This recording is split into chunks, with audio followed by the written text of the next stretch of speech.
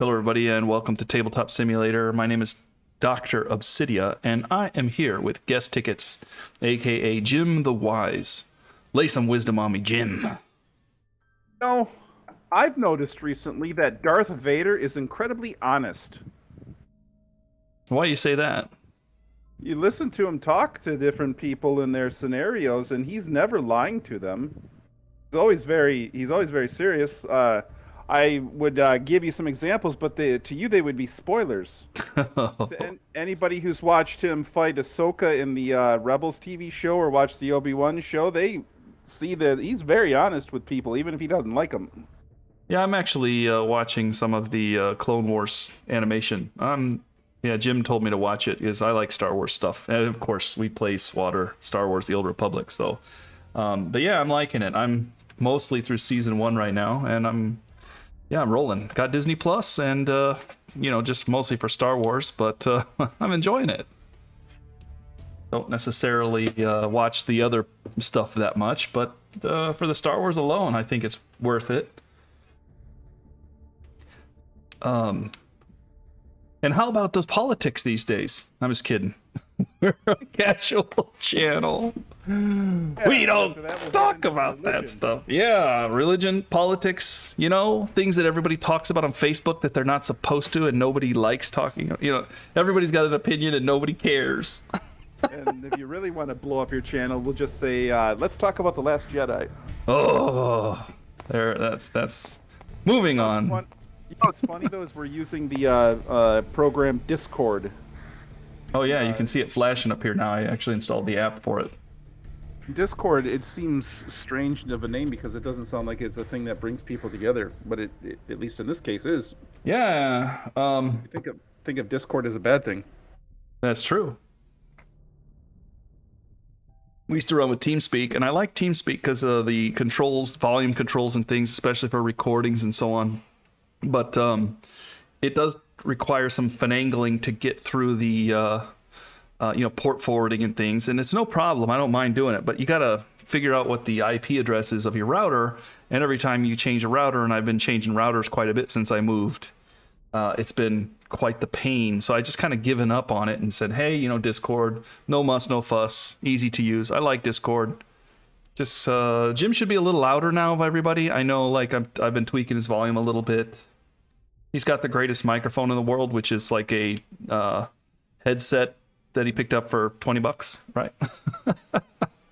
If that. If that. That doesn't sound bad.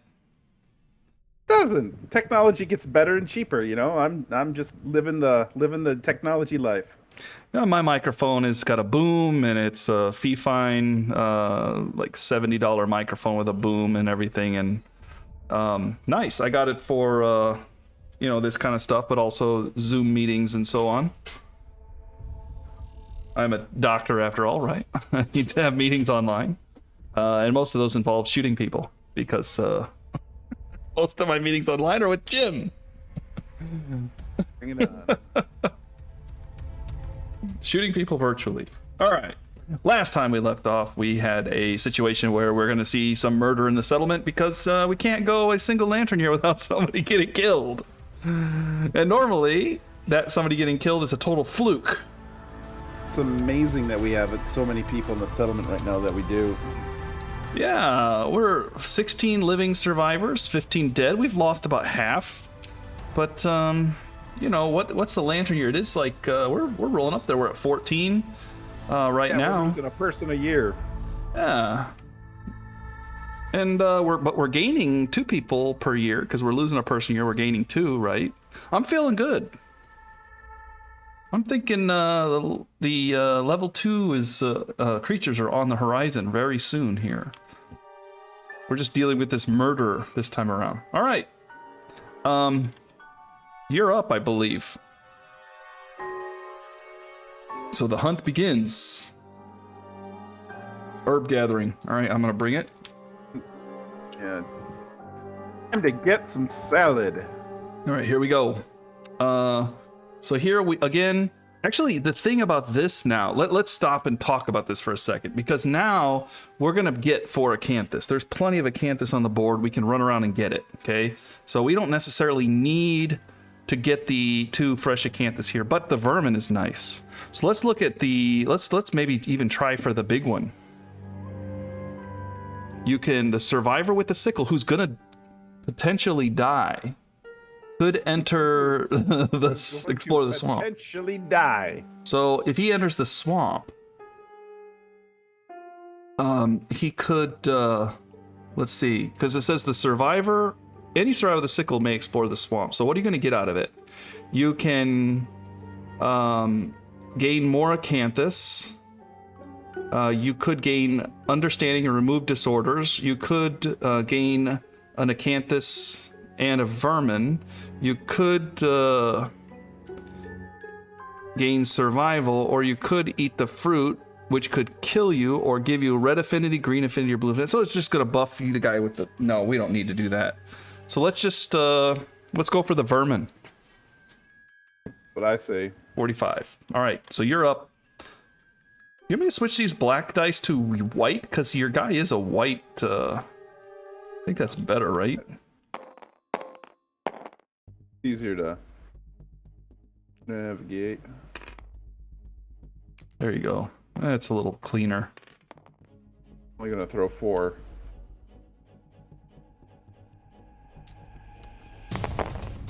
Oh, they tied, so 0. No, nothing for me. So now it's my turn, so I'm going to throw 4 as well. And we'll deal with the fallout. One's cocked, it's a 4, so that's 0. So now we're in trouble here. I'm gonna have to throw more dice for this. We need 45 and we have 0 right now. So now let's be conservative and say we need at least to get 12.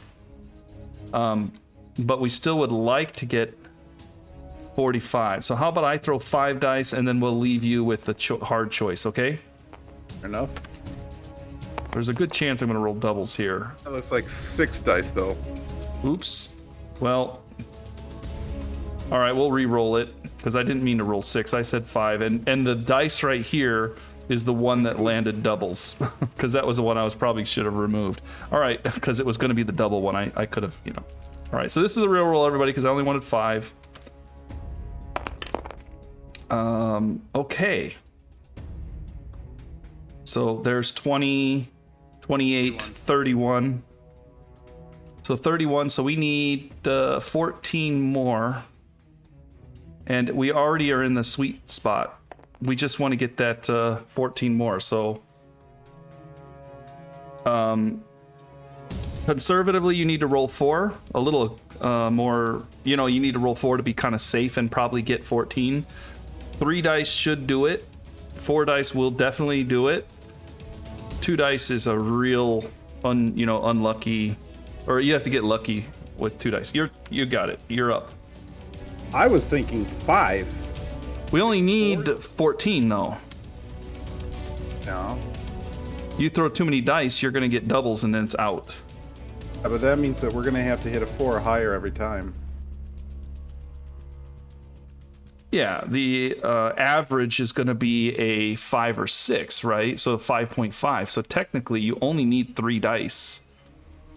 Okay. 2 dice, you'll probably miss. 3 dice, you'll probably get. 4 dice, you'll almost surely get. But, you know, the more dice you throw, the more likely you're going to miss it. So. All right, I'll take you're the math guy. My gut tells me 5, but we'll go with 4. Well, before you roll it, the average is 5.5, right? Yeah. So you throw 2 dice, you're going to get 11. So you only need 1 more die, and on average you should hit it. You could miss, of course, but you should hit it. But 4 dice is a safe bet, but of course more chance of doubles. But okay, that's your choices. And nothing's bad. The only thing we miss is the vermin. Yeah, but if I get the good one, I'm going to eat it. All right, here we go. 4 dice. Uh-oh, there's 2 8s. 3 8s, in fact. So we blew that roll. All right, well, that's no problem. Everybody gains a survival. Everybody gains an acanthus. I could use the survival. Not everybody gains an acanthus. We gain 1 acanthus. Fresh acanthus. Where's that? Here it is. Should be 4. There's 4. 1, 2, 3. Oh, I only see 3. There should be 4 acanthus. There's 4. Okay.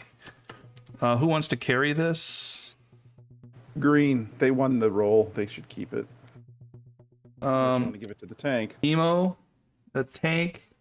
Tank is a nobody. Green is, well, the tank's not a nobody. The tank is pretty tough. Your monster claw person is kind of more important, I think. We're gonna give it to you. Simply because your stats, well, the tank is pretty critically important too, but I got a lot of evasion going on too. So I'm feeling like pretty good about that. All right. And that's done.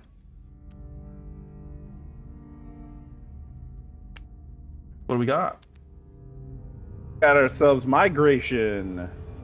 Some unseen force has set off a massive migration. Nothing remains but uprooted acanthus plants and shattered ground ruined by hooves.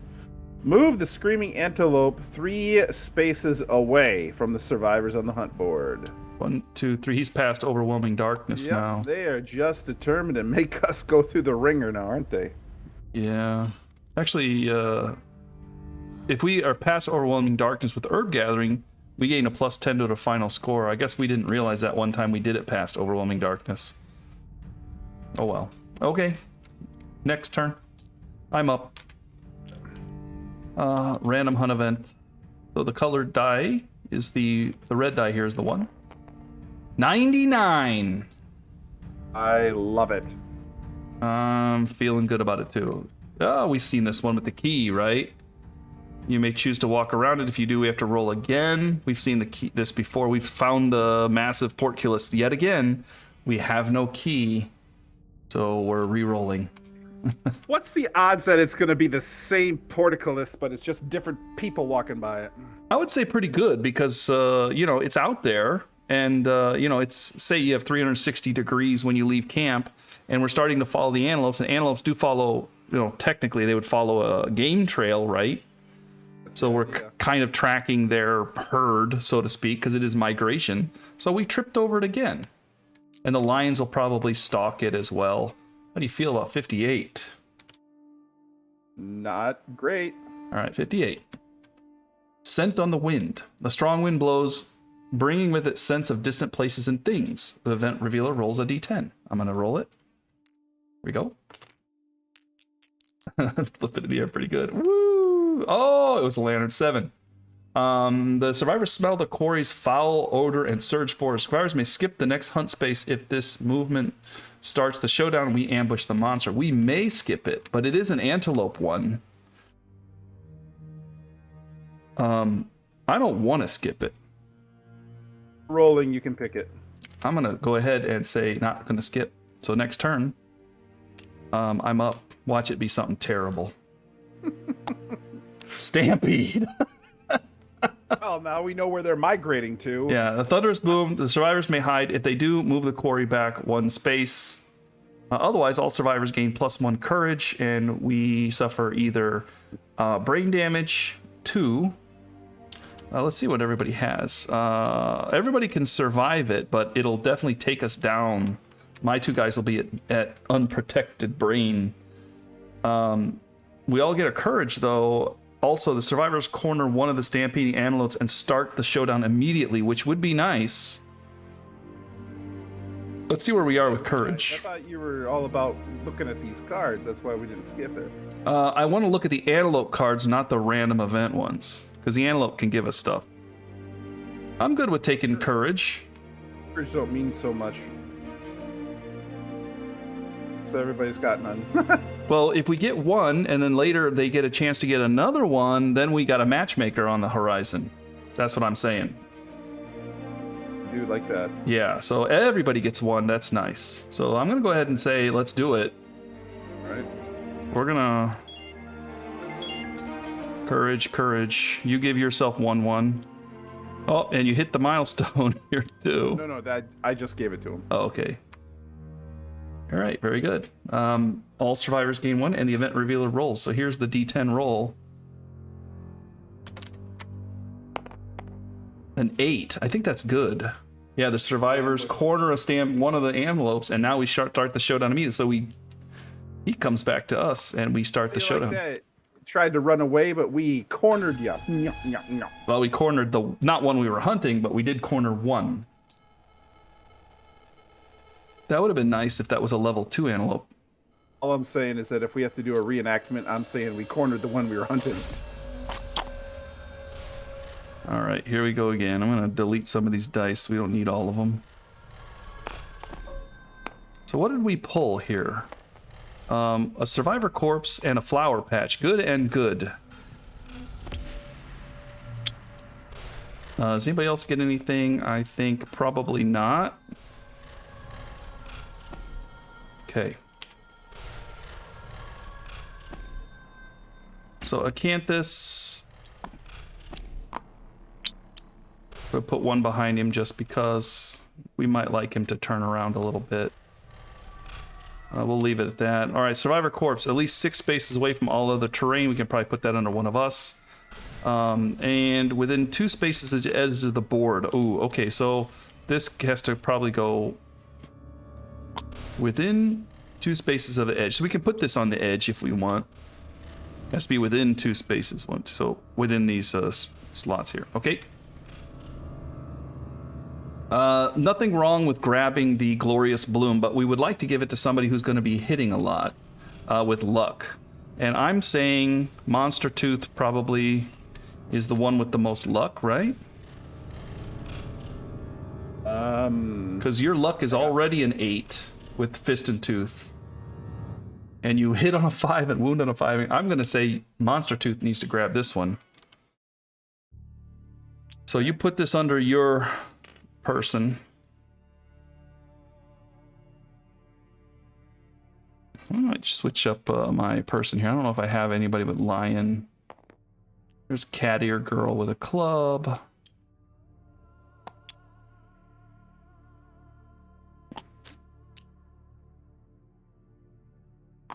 Too bad nobody has a lion's looking set.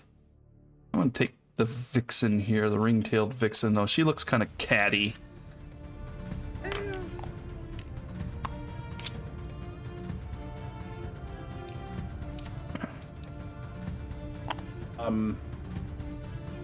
Book is blank. Whoops. Screaming. There you go. I may have deleted the book by mistake.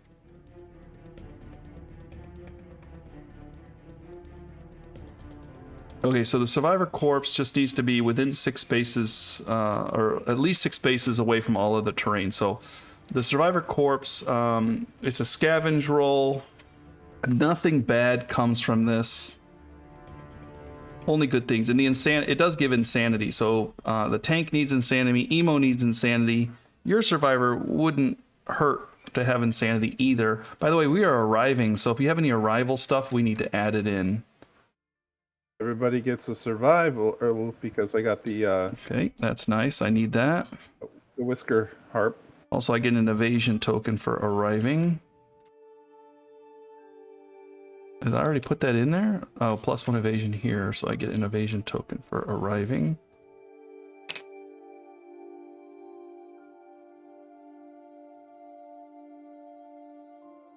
I got for arrival. Okay, all the arrival is done. All I have is the whisker harp. Yeah, don't forget, we want to shoot that Vespertine bow and make another flower patch, too. And then probably let your blue go after it, because then you'll get another luck, and then we'll all get our hits in, and then blue's just gonna tear this thing apart. Does that sound like a good plan? By me. Okay, because blue even can surge with that rawhide set. Okay, so I don't even care if white hits. Yeah, that's true. So insanity then, we'll give it to, I guess, emo. So 1, 2, 3, 4, 5, 6 right here.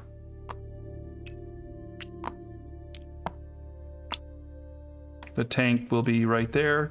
I want to move Axel Eff down because I don't want him in line to be hit. He's probably needs to go after the bug patch too, I think. He's got the most brain and he could take brain damage, so we should let him just gather. That is on the to-do list. All right, I think we're good to go. So next turn, you're up. Okay. Shuffle, shuffle. We ambush him? No. We just start the showdown, as I recall. Start the showdown, so he goes first. Ah. Good. Advanced. Go. Ooh, that's closest knockdown. Nope. Furthest threat. Field of view. In range, right? In range. Nope. Yep. No target graze. So Graze, he's just gonna go grab the nearest acanthus, and you can move him back one if you want, or forward one. He can move one space and grab an acanthus. Your choice.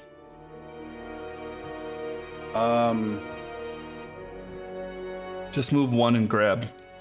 Yeah, I'm just trying to figure out if that's going to be close enough for your guy here. It would be if you dashed.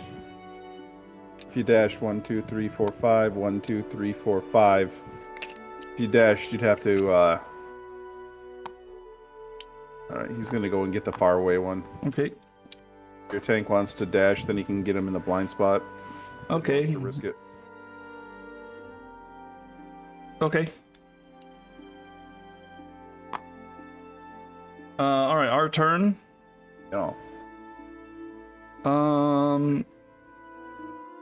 Why don't you grab the flower patch first? You just need to roll a 2. Just got to roll a 2. 2 or higher. Okay. Here we go. 12. You are knocked down and you gain a bleed. Knockdown and I gain a bleed. Off to a bad start. I'm bad at this game. Off to a bad start. That was your action. I could encourage you, but I think you just might as well stay down. Yeah.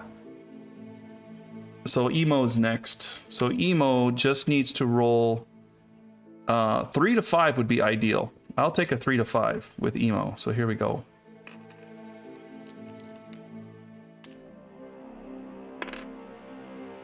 A 6 is still okay. A 6 gives us a skull, so it's a bone and 3 insanity. So I did pull a skull out of it. Oops, search skull. Oh, what happened to the skull? I thought I pulled it out. There it is. Okay, we pull the skull, and any survivor of your choice gains 1 insanity, so I'm going to give it to the tank, because the tank is the lowest. That's my choice. All right.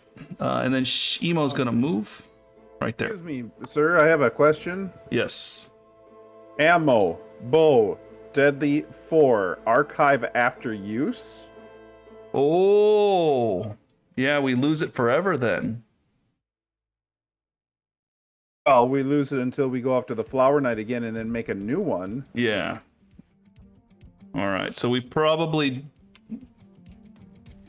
don't want to shoot that unless we have a situation where we want to crit for sure. Okay, then. Good call. Dangerous. I was just looking at the action economy of it, and I just noticed that. Yeah, archive after you, so you shoot it, it's gone. The other one isn't that. Yeah, the other arrow is not that.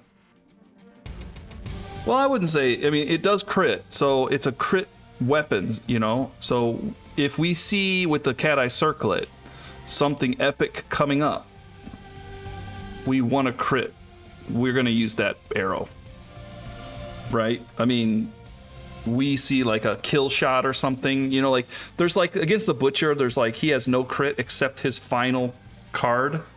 You know, if we kill him on that, we want to shoot him with a Vespertine arrow and crit on that final card, and then we get all kinds of good stuff.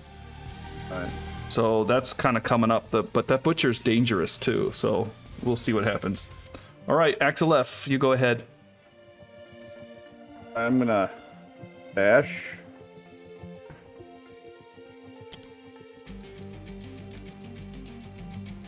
And I'm gonna move. And I'm gonna harvest. It's 2d10, right? 2d10 because of the sickle. Go.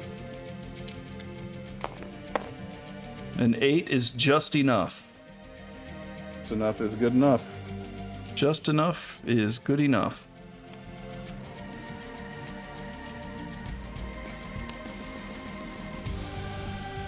All right. I got it. And then... Disappear the thing under me, I believe. Oh, yep. I'm going to dash a roll to get that back. I just threw a straight 4. It like flew in the air as a 4 and it landed as a 4. It didn't even bounce. You do your little shimmy shake before you let it ride? No, because I only shake the ones I want to be real careful about. The ones I don't care as much, I just tap the R button and roll it, you know. Because that's where... You can hit it a few times and just keep it rolling in the air. But if you just tap it once, sometimes it rolls it well, and sometimes it just tosses it straight up. But I mean, it is random, you know, so it's totally random. You throw a die and it just lands right on what you threw. That's okay. I do dash, and I'll run up behind him, and I'm gonna be throwing. This is daggers, so this is 6. So to hit, I need a 5, 3 to wound, 10 to crit. Let's see. 1, 2, 3. 3 hits. Hits. I did shuffle. 1, 2, 3. -2 toughness to wound this location, and if I wound him, the result is I get a insanity or a brain damage, but also it's a good crit. Bushy tail is really good. Uh-oh, this one I could lose the weapon. Wait, spend this to retrieve your lost weapon. Oh, he just knocks it away. Yeah. Unless it's fist and tooth, then it's really bad. Yeah, dislocated shoulder is not I think it's a temporary injury, actually, so it's not that bad. All right, Have you ever had a dislocated shoulder, my friend? No, I've had other Hey, pretty bad they injuries. Hurt. I believe it. All right, I'm going for the tail first, because I am in the back. A 5 is a wound, because I wound on a 3, because this guy's beastie. This lady, sorry. This lady's beefy. Yeah. All right, there's a wound. There's her token. And we are going to go after the hoof. Crit! Yeah. And this is a good one to crit on. I get a screaming resource and a persistent injury. First the card, then the resource. Pelt, we need a lot of that. And then the injury, so he's hurting. All right, and the last one is the tongue. So he turned around, I hit him in the hoof, I destroyed it. He turns around, he screams at me, his tongue sticks out, and I miss it. It's not easy to miss. I had to roll a 1. There was a wound response, so maybe it's not so bad. Yeah, I don't have a whole lot of insanity, so not too bad. Okay, I do have my stuff, though. Did he not turn around, though? Yeah. He just looked over his shoulder. All right, we're done. Next turn. Time for you to pull. All right. Try not to mule kick my friend there. Okay, AI card. Run down. That's definitely not a kick. Full move in the direction the monster is facing. I'll get him. To face the closest survivor. Okay. That would be the tank, right? Yep. All right, pick target. Knock down survivor in range 12. Negative. Closest survivor in range 12. Check. Tank. Yep. And then move twice and attack the target. If the target is knocked down, this attack gains 3 speed. Okay, so I'm not knocked down. So he's just going to do a regular attack. It means he's going to move up on me. And it's going to be, it says 1-2-1, so that means it's going to be, what, a 1-5-1? Yes, 1-5-1. I'm terrified. There's the hit that you can dodge. Yeah, I'm going to go ahead and dodge it. because I can get these back. I got it back, so I'm still at 6 survival. Okay. Not any kind of threat there at all. We're up again.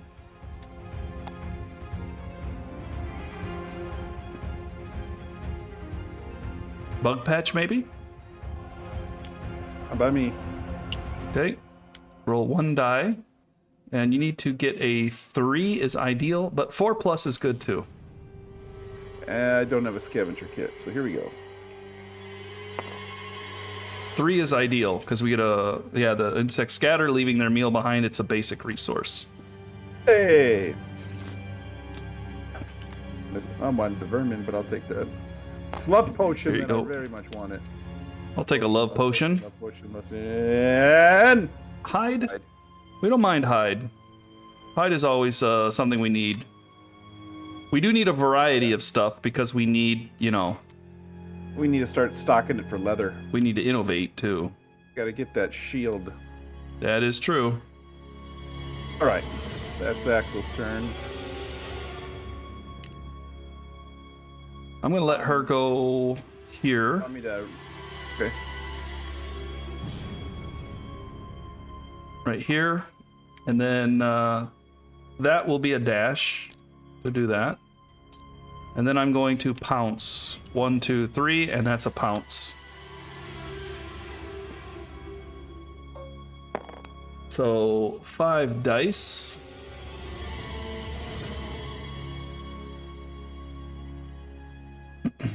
Wonder why this is paired, but it shows only 3, but this one is paired. It shows 5. Oh, because of the white lion armor, I think. No? Oh, because I put the speed tokens on here, I think. Oh, I only put 1 speed token. I don't know. The daggers aren't coded correctly, but it's okay. All right, so 5 dice. The 7 to hit, but because of the pounce, I get a +1 accuracy, so that is a 6 to hit.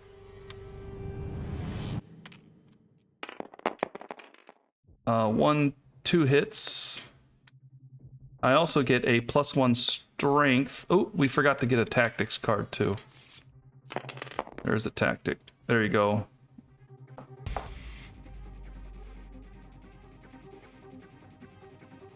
Ooh, once per attack, before hit location dice are rolled, any standing survivor who is adjacent to a monster and not being attacked may spend 1 survival to cancel a hit. Distract the monster so that he can't hit you. Yeah. That is pretty nice. Especially if he's going to target somebody we're worried about. You know, he could miss, but, you know, removing a hit is epic. As long as somebody's standing adjacent. Okay, I said 2 hits. 2 hits, and because I pounced, I get +1 strength. So to wound, it is a 2. So basically, I fail to wound on a 1. Hey, don't mock that. I saw what that was, but what'd you say? You shouldn't mock that only on a 1, because I already messed that up. This one is a knockback if I screw it up. I crit on an 8. I'm gonna go for the knee first. Sure. Block. 7 is a wound. Nice.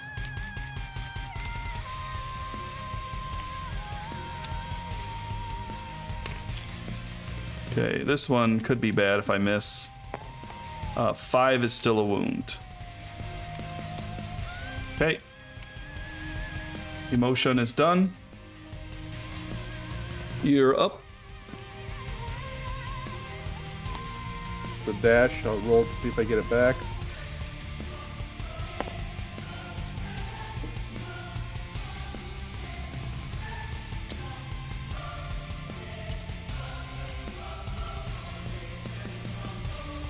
Well, I guess we'll just get to here. We're gonna call it a turn. I can use my rawhide. Could shoot your bow too, but rawhide is fine. Oh, that's an advanced card. Infested. When this comes to play, monster gains a toughness token. Cover the ticks is gruesome. Yeah. I don't mind Stomp and Snort. I don't like the Infested, so put that one down. We're going to try to let your character get rid of Infested next turn. Stomp and Snort is fine. He's just going to try to intimidate us. When this comes into play, the monster gains a toughness token, so he's harder to hit. Discovering harder to wound. Harder to wound. That's what I meant. Roll a d10 for each survivor and a result of 6+1 brain damage per monster level, which is just 1. And then he draws a card again, and anytime we're adjacent, we suffer strength penalties. So you need to get rid of that. But we're going to let Blue try to kill that card. Because we need Blue to be hitting now. I don't need to hit more. Okay. Blue's turn.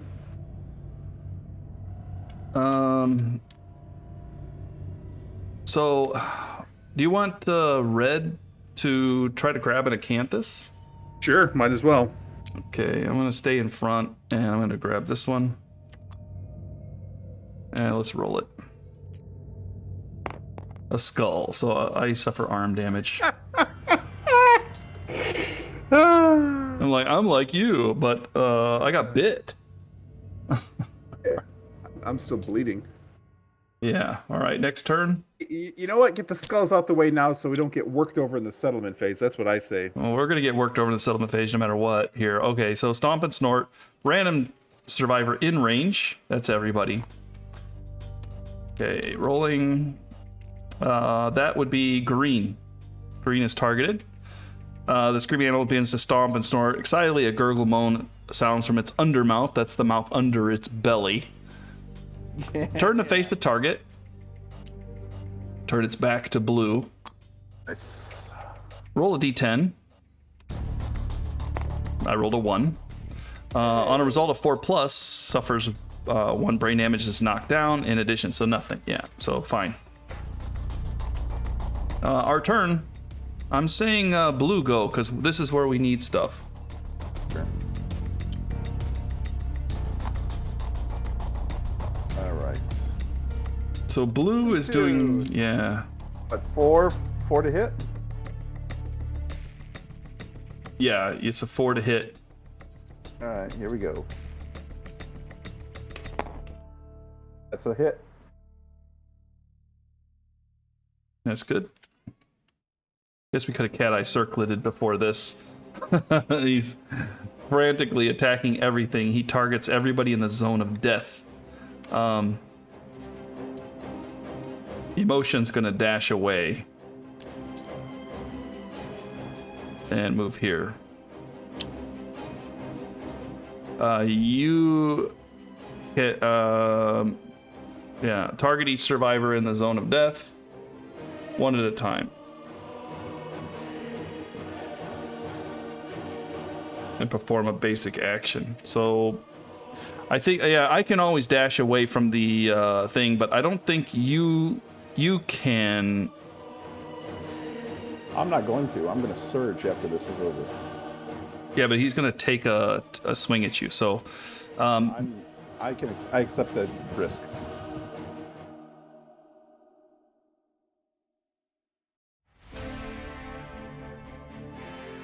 yeah, you still get the chance to wound, right? This is his reflex. I dashed away, so you still get a chance to wound. So go ahead and try to wound it. Did you try yet? Yep. Okay, so you still get a chance to wound. It's a roll. Come on. Big money. 5 is a wound, so you do get your token. By I got it. By scary card. Yeah. And now he will do his reflex. And I'm already out of the way. So he's going to target you, and he's going to perform a basic action. So he's going to turn towards you, I think, because he picks you as a target. And 2, 4, 1. 2 hits. Body waste, 1/1. All right. I will dodge the body.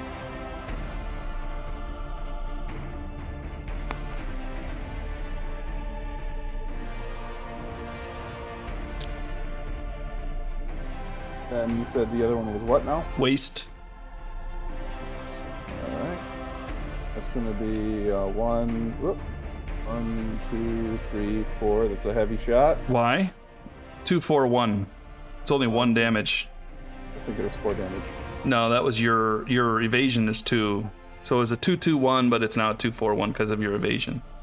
Yeah, if he's basic attacking at a 4, we're in trouble. Alright. You are technically done. I'd like to go again, though. I got dash. I got surge. Yeah, you can do what you want. That's out of your turn, so your turn's over. I'm gonna dash then. Okay. You keep losing survival. I'm not good at this. Alright. 1, 2, 3, 4. It's gonna be a 5 to hit. Yeah, 5, 5. Surge.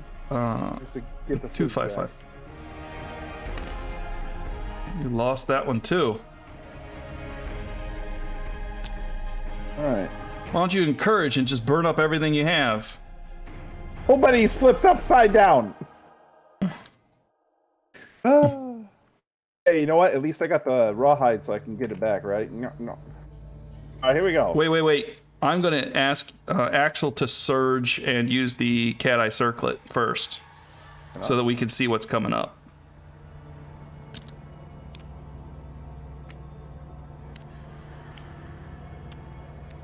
Because we would like you to get some critical resources here. All of them are good. Screaming Antelope, and Screaming Antelope Plus. It's got a wound effect, though. If insane, you have to spend 5 survival, so that's kind of not good. You are not insane, and you don't have 5 survival. So that one leave for... well, nobody can do that. So that can be done at any time. Back kick is safe. He's going to full move and cancel. Or jump away and cancel. So I would say this one has to go on top since it's best. Top? Yeah, because you... he's not going to move if you attack that. If you hit twice, the other ones he's going to potentially move away. So these you can put at any... well, no. Yeah, put any order you want. But I think that Restless Shoulder should probably be on the bottom. I agree. That's just my opinion, yeah. Because you want to have Shank pulled first, because then if you get 2, you want to be able to target the Shank first. All right. Here we go. 5 to hit. There's 2 hits and a perfect hit. But you crit. The Savage is on a crit. The Axe is on the perfect hit.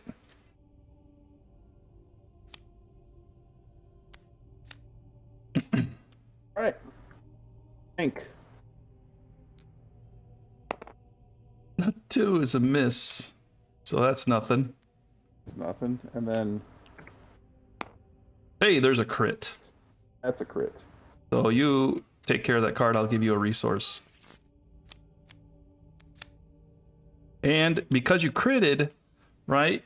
Let me check Savage rules here. Oops, glossary. I'll bring you up here for a second. Sorry. From Savage.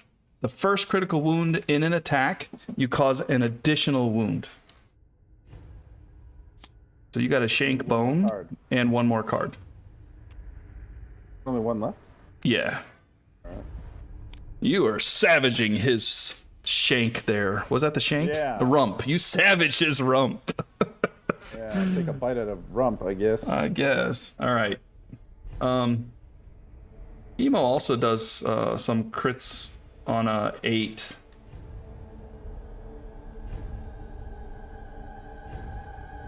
Well, Emo's in a good spot because getting to the blind spot ain't difficult right now. No. I'd like to move Axel out of the way before that happens. Why don't you let Axel go harvest? Oh. Can't quite get there. You can do it if you surge, though. You can spend your survival. He's dead anyway. Don't cry for me. I'm already dead. All right. Okay. It says Last Acanthus. Uh-oh. 5. 5 is you gain a survival. Okay, that's all right. We still have more Acanthus left. Isn't it weird the guy without the rawhide armor is getting survival back? Yep. All right, so Emo is going to dash one just here. Dash once. Oh, Emo can't dash because she avoided your... All right, so she's going to do a regular attack then. Move over. Regular attack. 6, 3, 8. 4 hits. 4 hits. It's the shoulder, thigh, back, and mouth. Ooh! Because now we... Oh, there's still 10 cards. It's not that close. Okay, we need reflexes that this is... He eats my weapon. Well, that can't be good. So I'd rather him jump away before I get there. So we're going to go with this one first, the Restless Back, because it does... this one he'll jump away and cancel. This one is just injuries. So we're going to go with the back first, I think. Actually, I'm going to go ahead and do the shoulder, because I don't care about killing him, actually. I care about getting resources off him. So let's get an 8. A 3 will still wound. And then he will jump directly away from me. 1 space. And that will cancel all the rest of the hits. Which is exactly what I kind of wanted to happen. Because a 3 is a wound. There we go. It may not have been ideal, but it was there. Oops. Emo.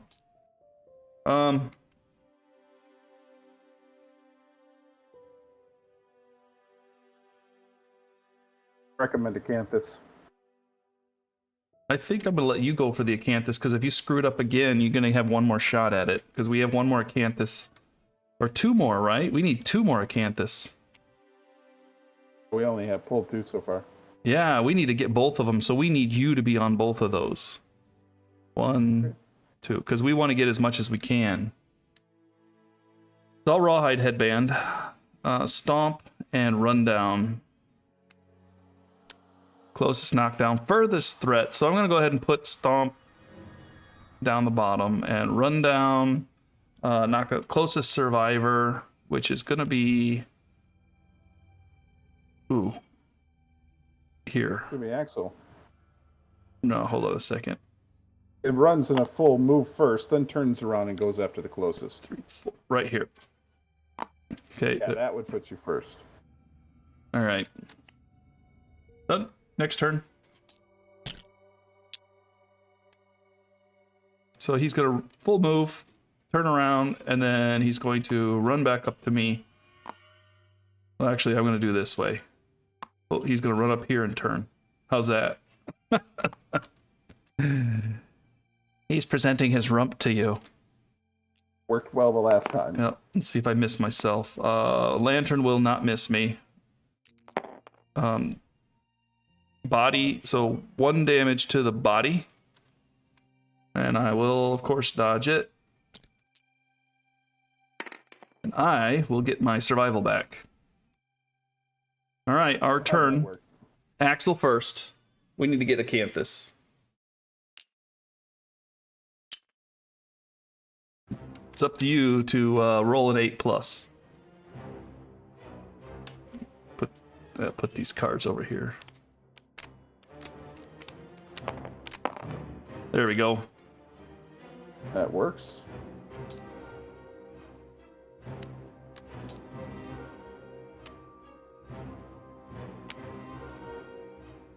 Now, if we want to, because he's close to death, if we can actually kill him this round if we want to, maybe. We're getting low on his injury cards, so... No, you couldn't surge and get there. So we're going to have to at least go another round, so we'll leave it at that. Okay. Blue. Do you want to surge and circlet again? Sure. I don't really want the Katars to be swinging because I throw like 5 dice, you know? You only throw 2. We can 1-by-1 this guy to death. Whoa. We're throwing cars around, are we? There's the trap. There's a first strike. Oof. Nothing good in this.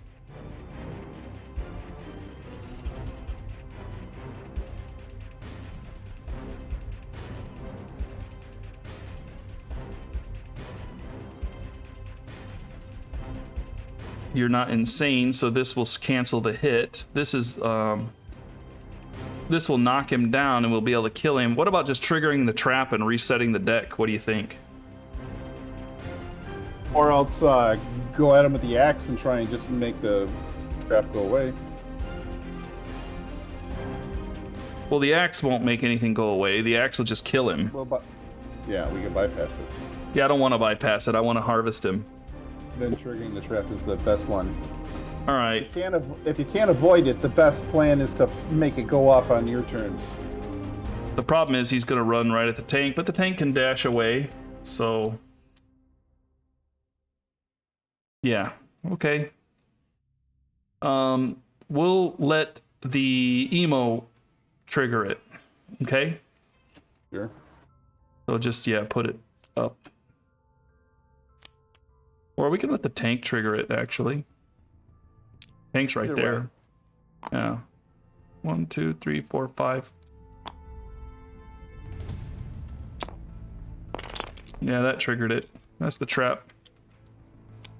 Okay, so attacker's doomed. All survivors adjacent suffer 2 brain damage per monster level, so I'll take 2 brain damage, puts me back to 0. Knock back 5 and knock down, which is fine. 1, 2, 3, 4, 5, and knock down. I don't need to count that. That's my move. He lands on the teeth. He slides in a straight line. And he doesn't hit anybody, so we're fine. And that resets the hit location deck. Which is no problem. All right. And done.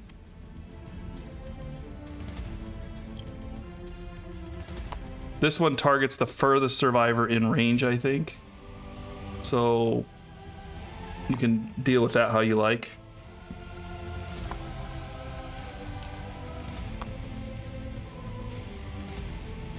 You can dash and get to him. Yeah, if you want to. I haven't gone yet. Yeah, you can do that. All right, let's not get our survival back. Or you can if you want. I just gotta do the reverse psychology on the dice. That's all. Yeah. All right, that'll put me in the blind spot. I saw a guy actually bust out a roll for sandwiches on TikTok, and he pulled out a dunce chair to threaten the dice because they were making some bad sandwiches for him. Because he rolls for like bread and rolls for, you know, vegetables and stuff. Right. And he actually came up with a really good sandwich. He came up with one. He said it was like a 10 out of 10. It sounds disgusting. It was I think it was sourdough bread, like I don't remember the cheese. It could have been like provolone or something. Avocado. I'm trying to remember. Avocado. I think it was tomato. Take it. There was some spicy like kimchi sauce and peanut butter. Okay, kimchi sauce is nice, but you lost me at peanut butter. Yeah, and it sounds disgusting, and it actually turned out really well. And other people were like, you know, there's a guy named Sandwich Dad on TikTok, and he made it to see what it was like, and he liked it too. He said 10 out of 10. Both of them said 10 out of 10. They were really shocked. It's like no one would have ever made this sandwich, but it's an epic sandwich. It's like everything balances perfectly. Avocado and peanut butter. That's like... And like a kimchi, was like a, what is it? Kimchi mayonnaise or something weird. I don't know. Go to TikTok, look up roll for sandwiches, and this guy is awesome. He rolls every day, almost every day. All right, you're up. You got a surge though, right? No. You dashed and moved, and now you attack. No, I attack. Got 1. No, you hit on a 4. I got 2. Yep.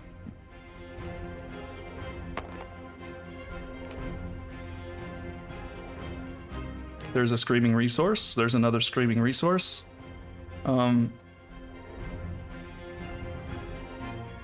This failure is not bad. It's not good. This one will make him cancel the other. Yeah, this will cancel the other attempt. We gotta go for the hands first. If you want to take a shot at both of them, then yeah. Yeah, I want to take a shot at both of them. Kind of depends. Crit them both. Here we go for the hands. Hey, That's a crit. Yep. You gain all adjacent survivors, nobody, but you twitching fingers rain down. Okay, you got a resource out of that. I think we made a mistake. What happened? We went with blue instead of white, and if I killed this guy, then I'm not going to get the last acanthus. That's, yeah, we'll see. I don't mind losing the last acanthus. You got rid of 2 cards because you savaged it. Well, I don't mind getting this if you crit. Come on. You already critted. I feel good about this. That 4 is a miss. So I don't get the wound or the thing, okay? No. I'm gonna let Axel Eff go for the last. No, he's done. I'm out of range. Yeah, I'm gonna go over here and be the furthest survivor in range, I think.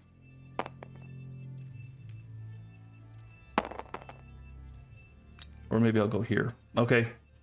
If you go there, isn't that gonna make him? Oh, he can just go straight and turn. Okay, never mind. Yep. All right, next turn, you're up. But oh, he's doing the basic action now. Closest knockdown, no target. He's gonna graze. I don't think he can get there. So he's gonna, yeah, he's gonna move through us. Just run over somebody who can dash out of the way. He's not gonna get there, but he's gonna try. All right, I'll try and get my survival back. Help. Dash. He's gonna go. He'll go maybe up and over. Yeah, he's on his way there. So that means that I gotta go here. Okay. Now it's our turn again. So Axel needs to harvest. So then there's the dash and a move. All right, Axel, we need you to get the last acanthus. This is the last shot. I thought we would have plenty of opportunities here, but instead we just been wasting them. 10 is good enough. So we did get them all. He did his job, and now he's about to get murdered. It's weird that we know he's going to get murdered. It's like it's the secret that we're the kind of people that read an Agatha Christie novel and go to the end of the book before we get to the middle to see if it's going to have a happy ending. Yep. All right. Why don't you let him surge? Let Axel surge? Yeah, and Cat Eye circle it. Okay. That way we can, end on a strong note. Yeah, he's also going to spend one and encourage you to stand up. I think I should have stood up on the last round anyway, right? I don't know. Yeah, it's all right. He's almost done. He wants to use his toys before he dies. This one's dangerous for you. Giant mouth is bad for me. I'm the first person I have with a bad arm.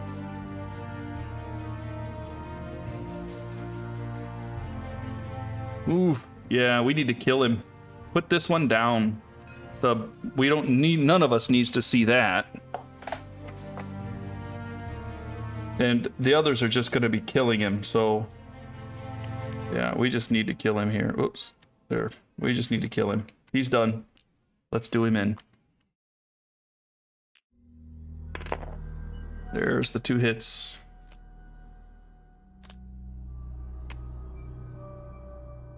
All right, inverted knee. All you need is a 5 and he's done. And you critted on it. Crit just knocks him down potentially, but he's done for. All right.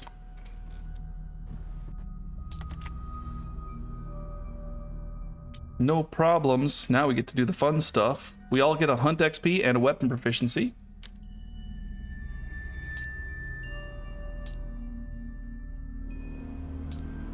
These people were born with their proficiencies. Did you get any milestones? Finally got my axe proficiency. You're gonna die, so we're not worried about it. Actually, I didn't because I didn't hit with it. I lied. Yeah. All right. Next, we gain our rewards, which are 4 basic and 4 screaming.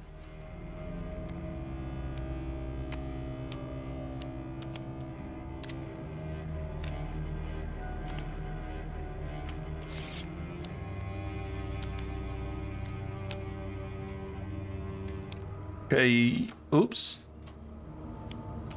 All right, you're up. Potion.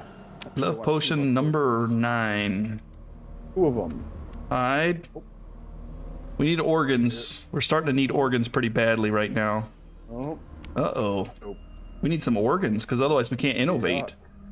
Yeah, well, that's on you, I guess. All right, well, I got the bladder. That is an organ. I could use it for other stuff. The flat tooth. When you gain this, a survivor of your choice gains 1 insanity. I'm going to give it to the tank, because he has 0. She has 0. And there's an organ. Good. Beast steak. Because the bladder is used in something. All right, so we are now returning survivors. So we will now heal. Heal, heal, heal, heal. This should have flipped. Oh, we'll click next turn. There we go. Gain endeavors. 1, 2, 3, 4, 5 for cooking. Nobody gets any other special stuff. Update the timeline. I'm going to bring up the timeline here, so just a second.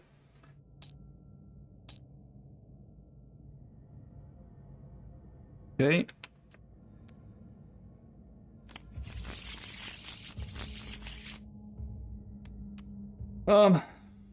You're having some pretty piss poor rolls lately, but I wasn't doing so good either.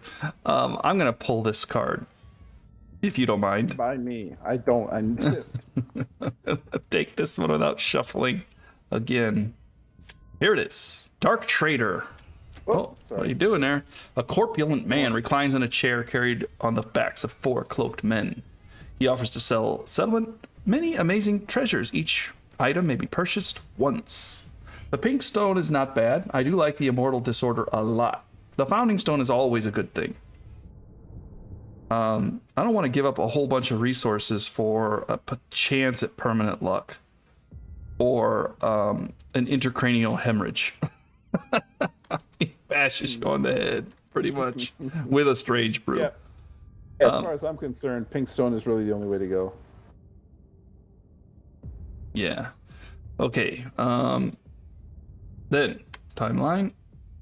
We don't have to do that right now. Murder. We'll move it over here so we can see it. All right. Someone in the settlement has been murdered. The survivor with the highest hunt XP is dead, and we believe that is Axel Eff because he is tied here 5 and 5, and they are tied. So Axel Eff, the best kept secret. He was. Don't go away, mad. Just go away. Yeah. Back to settlement, and we get another endeavor for that, so we can have more babies potentially. The murderer was the survivor with the highest. No, the murderer was Wymie, caught in the act. So based on we've accepted the darkness, so I'm going to roll it because I'm rolling with Wymie. Is that okay? Or no, actually, Wymie's the murderer. I'm gonna let you roll it because you got to punish us. You got to punish Wymie because Wymie killed your character. All right, let's see here. Basically, I'm just ducking a 1, 2, or 3. Yeah. If that's the case, Wymie suddenly becomes awesome. Right. Well, you know what we say: big dice for big moments. Yep. All right, here we go. Here we go. Here we go. No whammies. No whammies. Big bucks. No whammies. No whammies.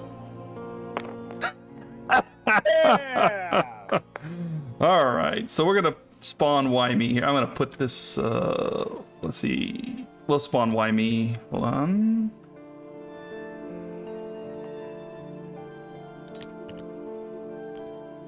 So Wymie has that marrow hunger, and so let's take a look here and see what happens. So, whoops. First, she is the undisputed boss. She murdered Axel as a show of force. You just walked out. Everyone kind of knew this was coming. Okay, we're just gonna say it was kind of weird. We knew they were kind of having something. Wymie was just eyeballing him and smiling with this crazed look in her eye. She's insane, right? Yeah. And he comes back and she like jumps on him and basically like bites into the back of his head and just kills him. So everyone's like, that was epic. That was awesome. You're the boss.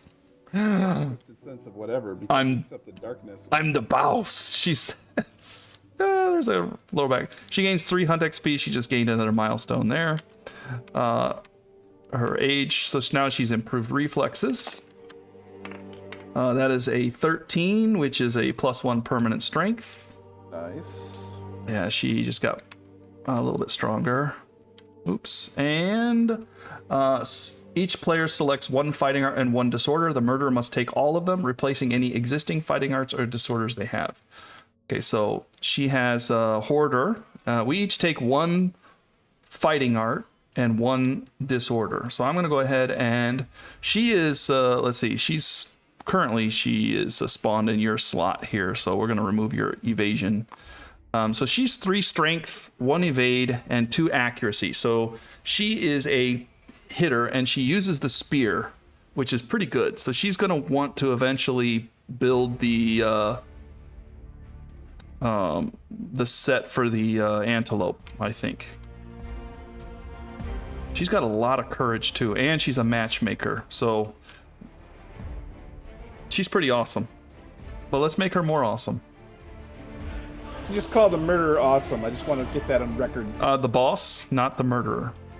So we each pick 1 of these. So I think you can right click it and search and then just mouse over them to see. So we're going to replace stuff. Remember, she has the spear. So the question is, do we want her, and strength, so we want her to wound, right?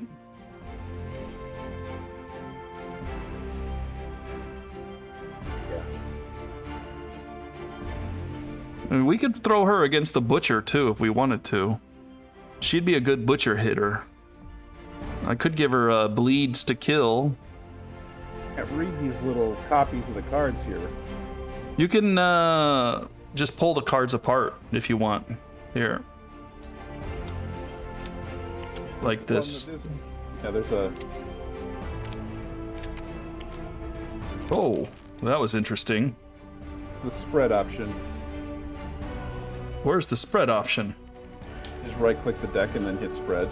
I don't see spread. It's spread out now, but... Yeah, I don't have that option. Okay, so go down to the disorders, right? I right-click. Right click. Spread is the... Ah, okay. down. Woo, dog. I don't think that worked as well as it should have, but hey. We'd like to have some space first, but yeah. Okay. All right. I'm gonna fix this.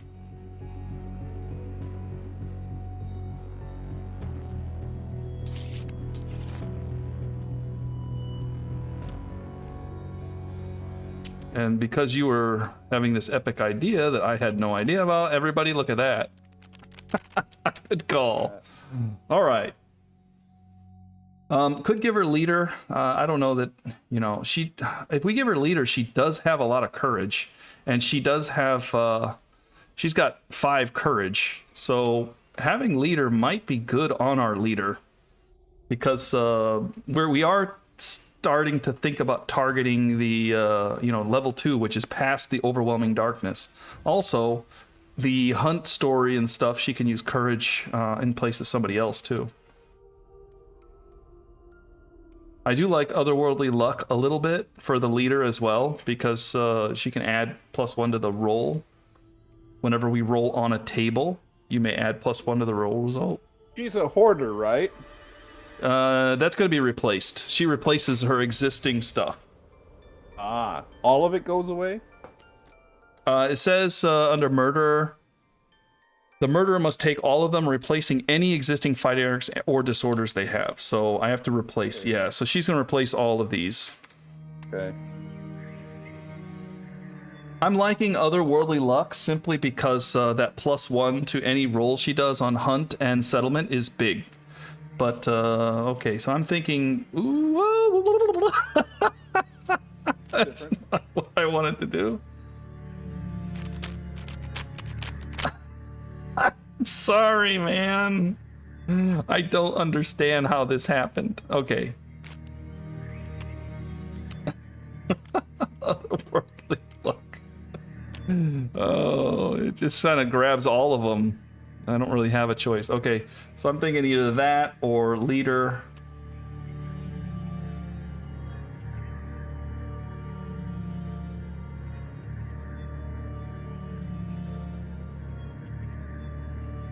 Let me see the antelope. I think the antelope armor she eventually would want to get. That may be thinking a little bit too far ahead, and I maybe count my chickens way before they hatch. But antelope gives you slam and +2 strength when she slams, so she already gets strength buff again when she hits.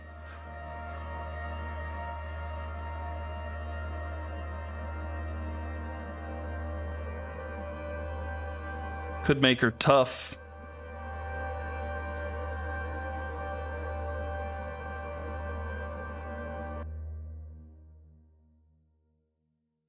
Could give her Timeless Eye and a perfect hit option as well.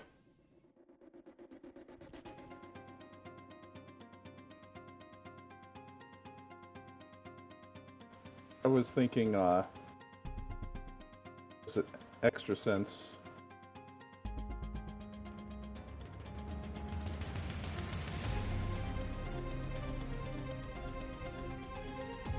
She's going to be using the Rawhide. Extra Sense could be pretty boss. At first she'll use Rawhide, but she'll eventually switch over to the Antelope set.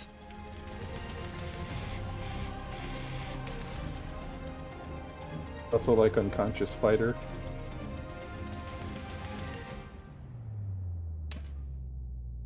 Kind of depends on what we want to do with her.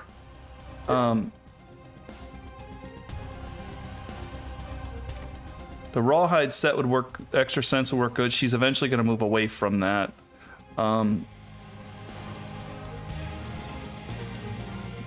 Order of Death is kind of okay if we need Insanity. If we really want her to go up against the Butcher. I was thinking of Unconscious Fighter for. And then also potentially... Last Man. Yeah, or... what is it? Where's the bleed one? There's one with bleed. We like her to bleed. Clutch Fighter? Clutch Fighter, yeah. That's another one. She bleeds 3 and she's even crazier. So these are synergy. Last Man. With Last Man as well, but we can't necessarily pull that.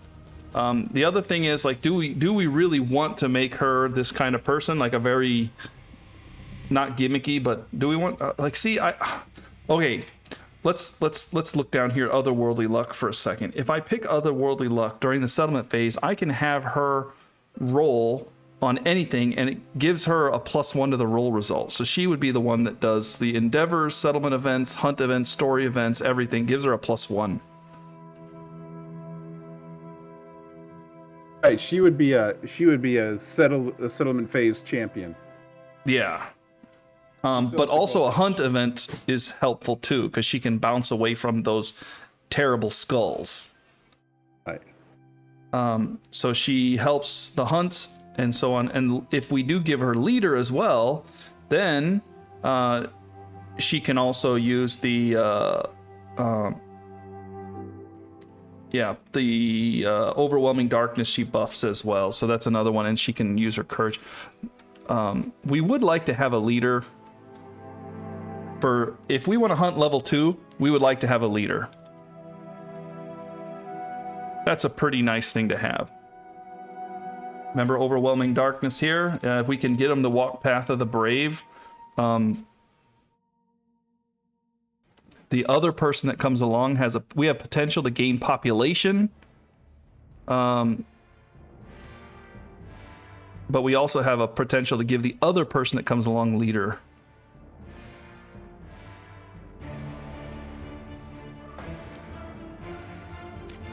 So, yeah. Okay, but we also have we have the other stuff too we can see. PTS, yeah, that's gets rid of one, right? I'm trying to dig out Immortal here, but for some reason they're connected. Yeah, I don't know how to separate them.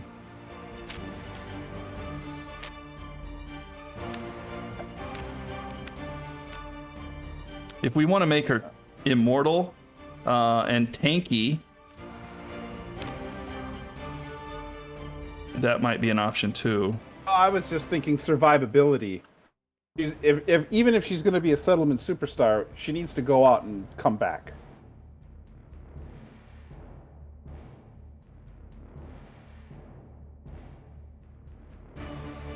If you want to go survivability, like kind of say she's kind of she's already a hitter, but she could also be kind of tanky. She doesn't have any evasion, I think. Where is she? Yeah, she does have one natural evasion, so she's still kind of tanky. She gets 2 accuracy as well. She's actually pretty tough overall. So, do we want her to be tanky, or do we want her to be utility for like settlement stuff, or do we want her to be like a one-hit wonder like against the butcher?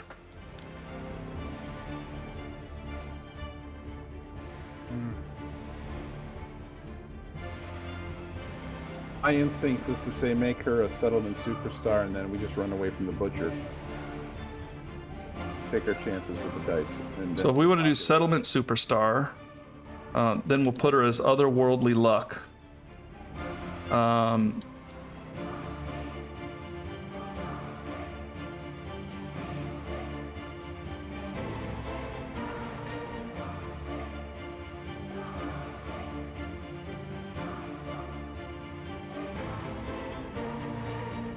We could give her Quixotic. This is kind of a nice card too.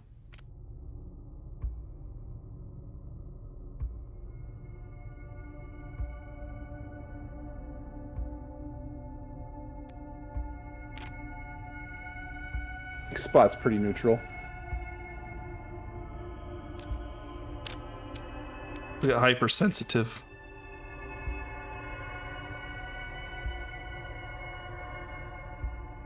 Yeah, that's what I'm talking about. You get extra sense with hypersensitive. You can dodge all day long. Whenever you are hit by an attack, you must dodge at least once if possible.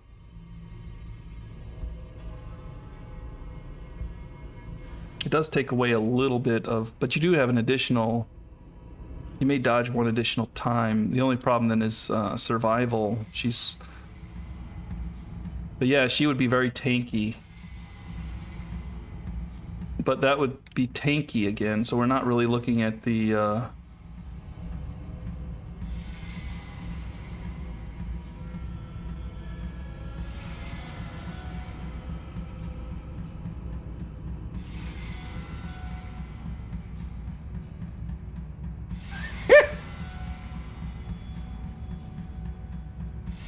Homophobia is pretty funny. You can activate or depart with axes, swords, spears, daggers, scythes, or guitars in your gear grid. You're scared of sharp stuff. Oh, it's clubs or instant tooth.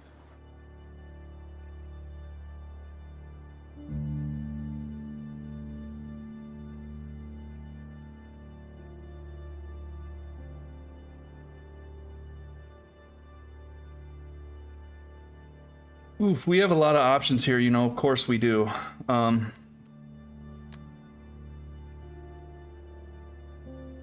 She's I mean, the spears are not. I'm not married to the spear, although I do have a weapon proficiency point in it, so it's kind of weird to not use it. You know what I mean?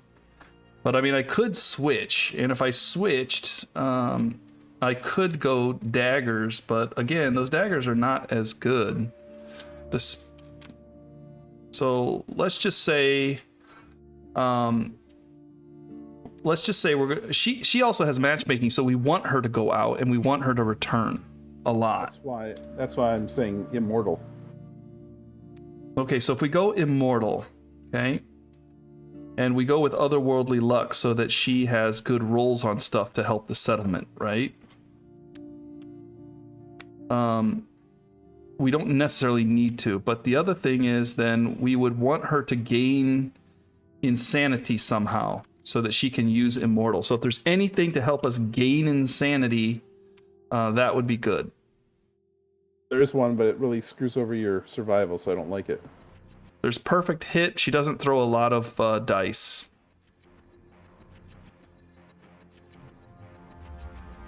Yeah, that's the only thing I can think of.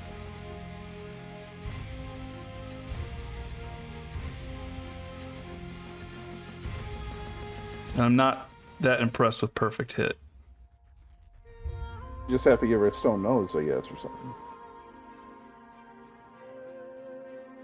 But the other thing is immortal. When you're while you're insane, convert all your damage to hit locations to brain. You're so busy, you cannot. She cannot spend survival when she's immortal though, or when she's insane.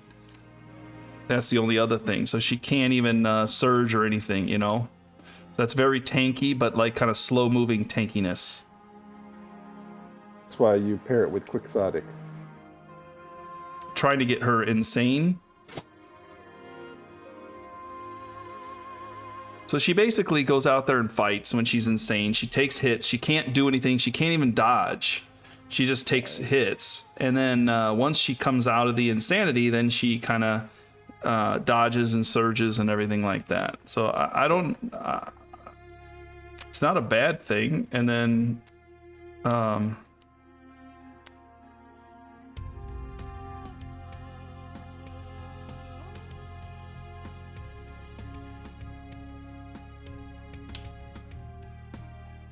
And hyperactive's not terrible. All you have to do is make sure you move once a turn.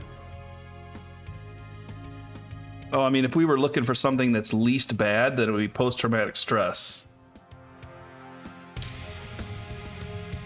You do not contribute or participate in any endeavors. Sounds like a bad settlement superstar. Next settlement phase. Yeah. And skip the hunt to recover, so she's only going out every other hunt. No. The post-traumatic stress is it only lasts one time, then it's gone. Then it disappears? Yeah. Where's it say that? I don't see where it's... Next settlement phase, you do not contribute. Skip the next hunt to recover, so it's gone. Just the next settlement phase, not every other settlement phase. You skip the hunt to recover, and then that's it. At least I thought post-traumatic stress disappears. I thought it was the one that disappears. I can look it up here real quick. All right, so here I'm reading a 1.6 update. We're playing 1.5, but it's supposed to be an errata. It says substantial numbers have been updated to avoid confusion. It's just supposed to be a lot of updates here to avoid confusion. It says post-traumatic stress. When you skip next hunt to recover, you remove the disorder. Sold. And that's on the Twitter. That source is off the Kingdom of Death Monster Twitter page. And this person says here, Mr. Poots, quick question. In Kingdom Death version 1.5, does it stay or is it removed? And he talks about it. And he said, Poots, who's the creator, said, should be removed after they skip out. Okay, then that seems like a good one to me. They go out, they come back, they skip, they're done with it. Yeah. So immortal and post-traumatic is where I'm at with that. I'm almost thinking quixotic, because this is a benefit. and post-traumatic. Immortal has that. I dislike that I cannot spend survival. That makes me a little nervous. I don't mind it if it's a tanky person. I'm a little bit more nervous with the... I mean, I'm fine. I'm not gonna put the fight on that. Yes, and quixotic is fine with me. Because the extra strength token means going to wound again a little bit more often. Otherworldly luck is good. I think I'm going to take Otherworldly luck. Okay, so here's my cards. I'm going to take Otherworldly luck to help our settlement because it's our leader, our epic leader, and I'm going to take Quixotic because those are the two that I would probably give myself. So you give me PTS and leader. All right, I think that's good. So she's going to lose these cards.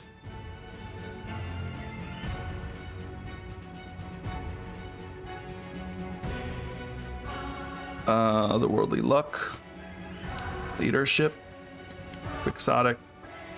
Is there another ability over here? Yes, the matchmaker. Did I delete it? No, I'm just saying it's not there. Okay.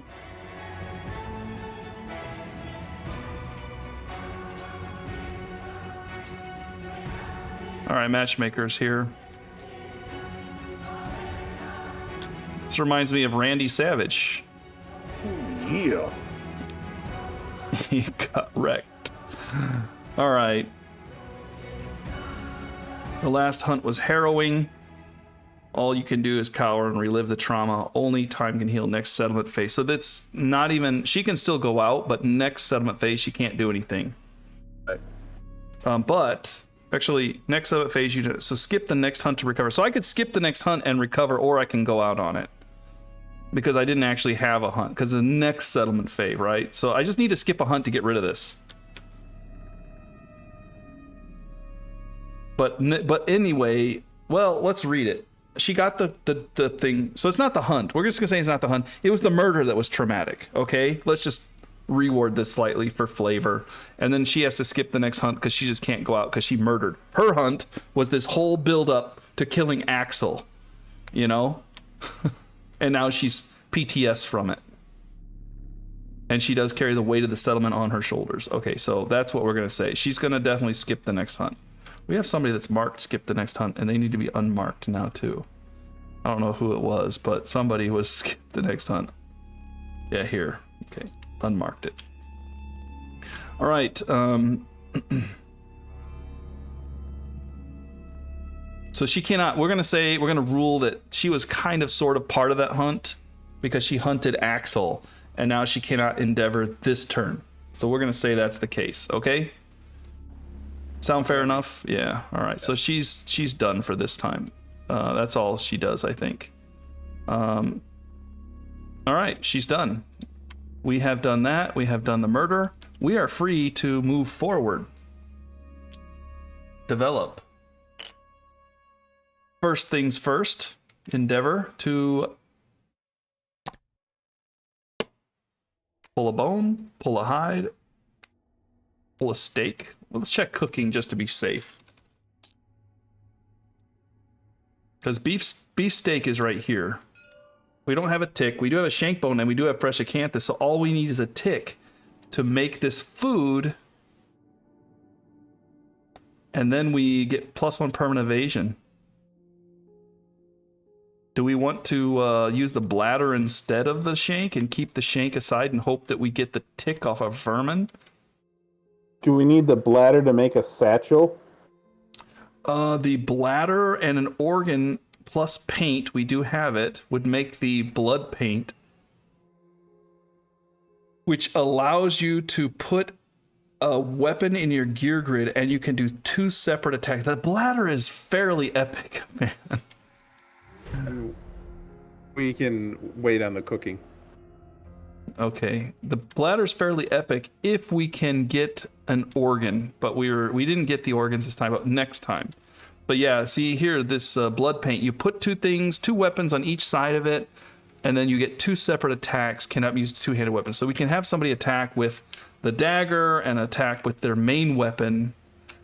Like you could, that way you could fist and tooth and shoot the bow, for example. Well, it's two-handed. Fist and tooth and sword. Do you know what I mean? That would be interesting. Or fist and tooth and dagger, so that you can try to get some, something back. It's a pretty epic card if you can work it in. So we need to kind of get it. All right, so we're using the shank. 1, 2, 3, gone.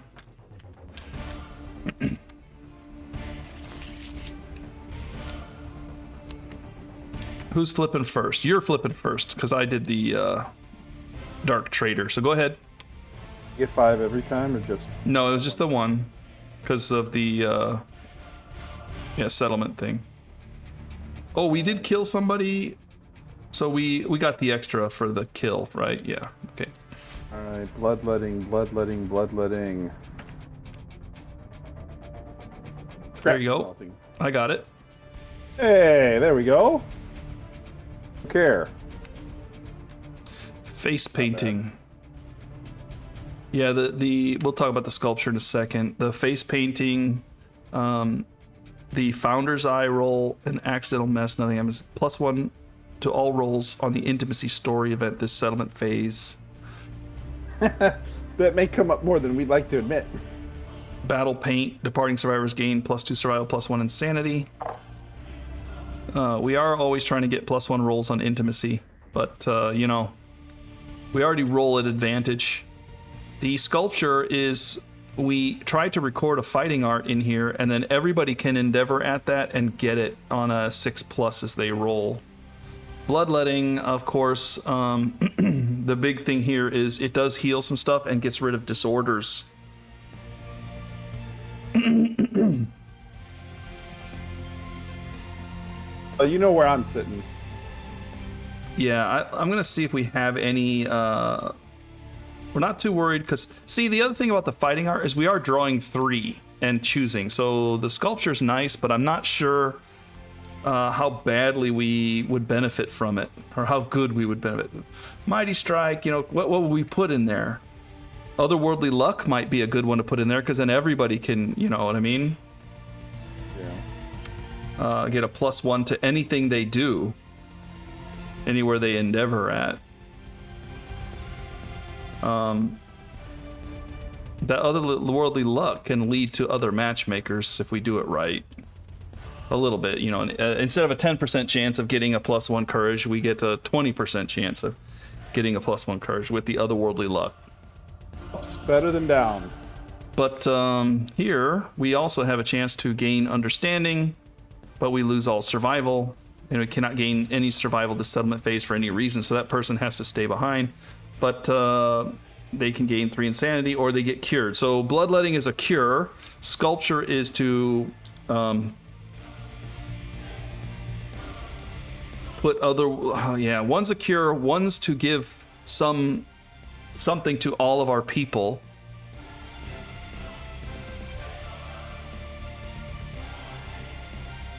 Ooh.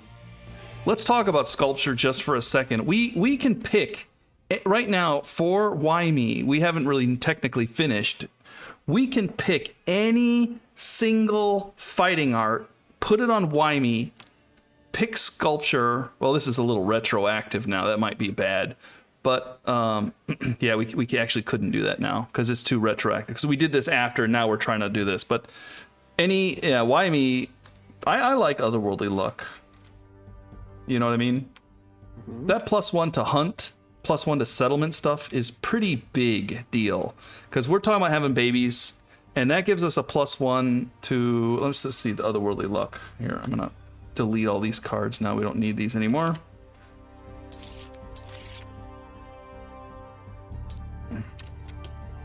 If we put this card into the sculpture, and people can then spend endeavors to try to get it, says you may do this for story events, hunt events, endeavors, settlement events.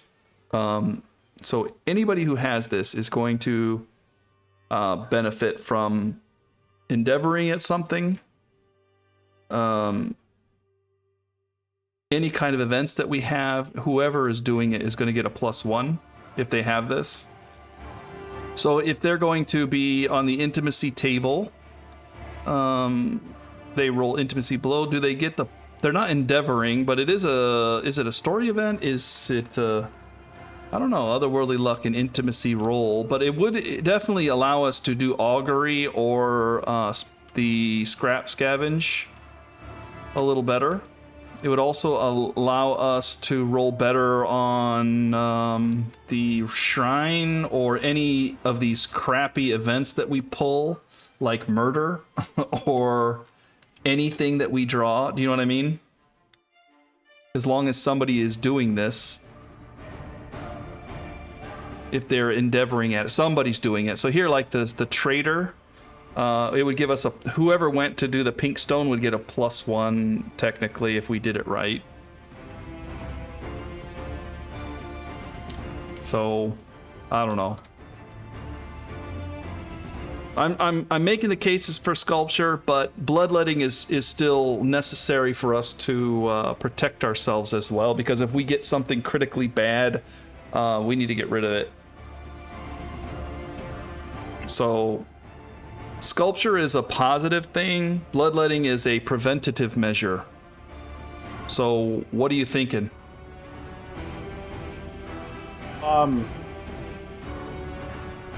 If everything was equal, then I would overrule you and just take bloodletting straight up. However, I believe that there is a timing issue that we can exploit with the sculpture, because it says you can create an inspirational statue, and then it says skip the next hunt.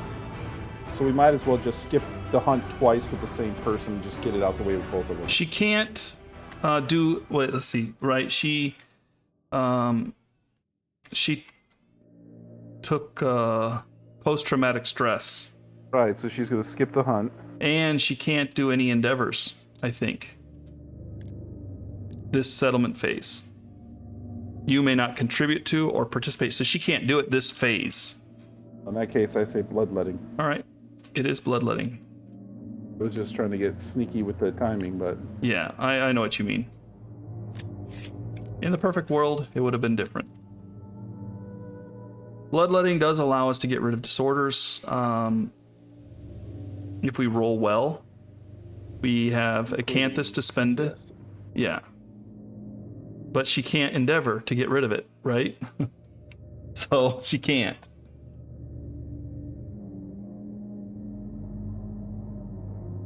So she can't use any endeavors. She's stuck. PTSD is bad. She can't even do anything right now. She's hosed. All right. We still have 5 endeavors left. We have a lot of stuff left.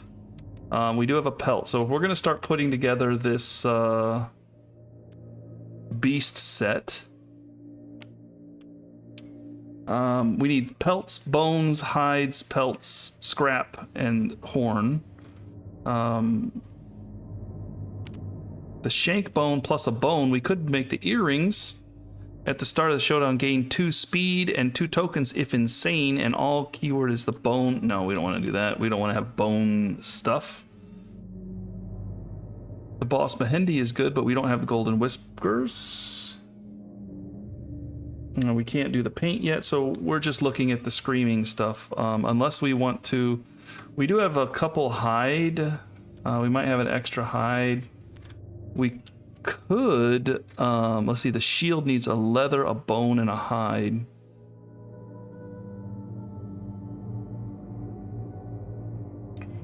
We could leather make and make the shield, as you were kind of pushing for. Yeah. Because my one guy just goes out with a thong, at least I'd get +1 armor in every location. Yeah, that's a tanky thing, but we'll talk about that in a second. We do want the shield, right? That's what we're gonna do. Who's carrying it? We can talk about, but we want it. The other thing is, what we would like to do is blood paint with the shield and something else here as a weapon, and then we activate and we bash with the shield, and then attack with the other weapon because the shield doesn't hit very well. But if we do hit with the shield and keep leveling it up, there is a shield proficiency. And the shield proficiency is when your shield is in your gear grid, you are no longer knocked down after the collision, and while the shield is in your gear grid, you add +1 to all locations. So there is the option of going for shield proficiency, which makes you even more tanky. Okay. If we're going to do that, we need to endeavor and do leather. So 2 leather, or 1, wait, we need 1 leather, 1 hide, and 1 bone. So this is going to turn into leather. And here's a bone, and here's a hide, okay? Oh. And that will make our shield. There we go. We do have a pelt left, so we would like to start to put together something with that. So pelt plus something difficult here. Bone, pelt, hide, regular pelt. So pelt bone. Pelt bone makes the screaming coat.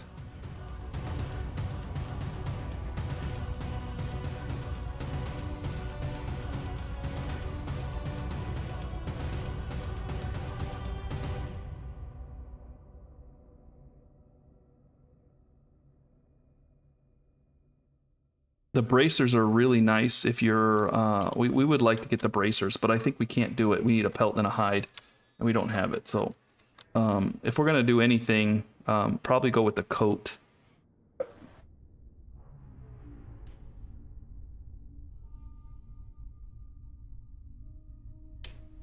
Yeah, let's just go with the coat, okay?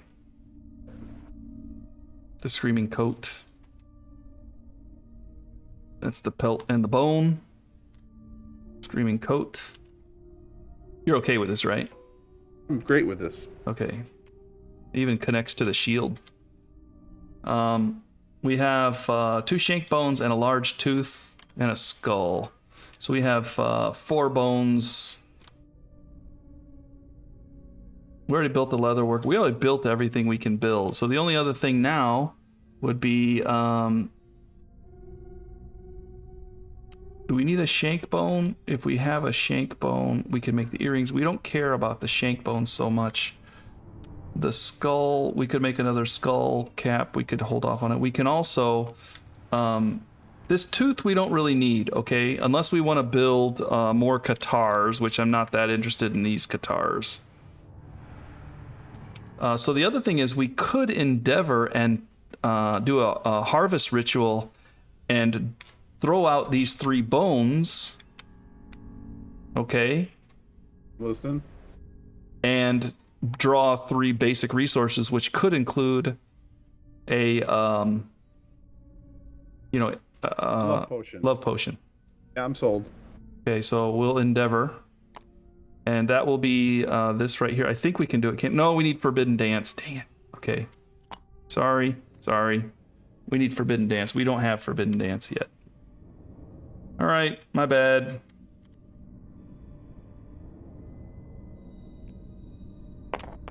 Got a bunch of bone we don't know what to do with.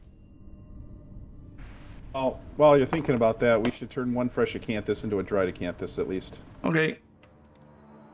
Should just always keep 4 in stock. Yeah, that acanthus is there for us to spend on things like Augury.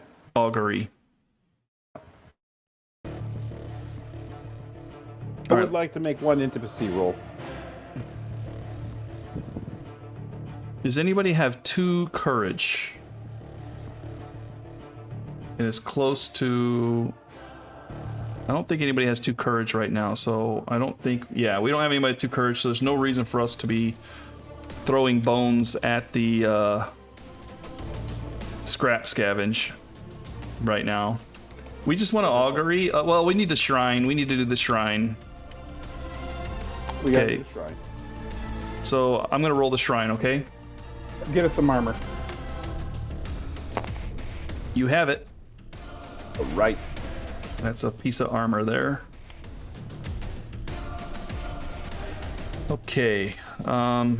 We still have 3 left.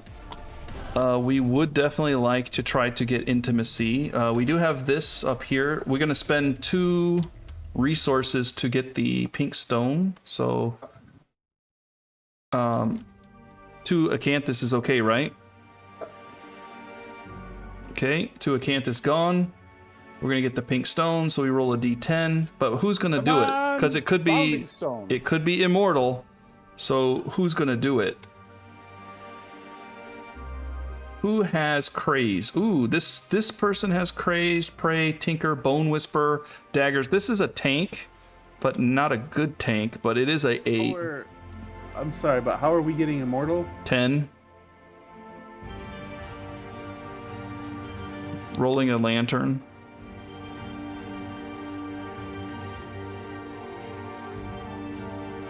I'm looking at the wrong one, sorry.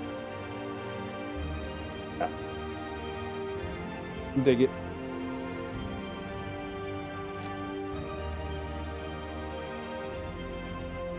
I'm gonna go ahead and do it on this one right here. Anybody got crazed? Yeah, crazed and daggers. So it gets a whole bunch of survival all the time and throws a bunch of dice to try to get crazed. So, well, it's probably not going to get immortal, but we're going to roll it anyway. So here we go. Founding stone. Come on, founding stone. A 3. That's a founding stone. Yes, it is. Sorry. Okay. We can only do it once. So the rest of the stuff I don't care about. I don't want to kill ourselves. We got 3 left, so we're going to do some augury, right? All right, so somebody with 3 in understanding, that is the person that just rolled it, the crazed person. So they're going to keep doing it. Is that okay? By me. All right, so here's the roll. One more. I'm going to roll an augury here. Money. That is a 3, so I will lose 1 acanthus and gain another understanding. I saw that 8. Yeah. Now we have a little risk here because if I do it again, we have to lose bones and stuff. I guess it's not too bad. All right. I don't care about the tooth, so Yeah. This is number 2. I got to throw out a thing here. There's +1. That's an intimacy. that's a winner. All right, and we'll do probably one more, but let's hold off and see. So who's gonna have kids? Who's got good weapon proficiencies?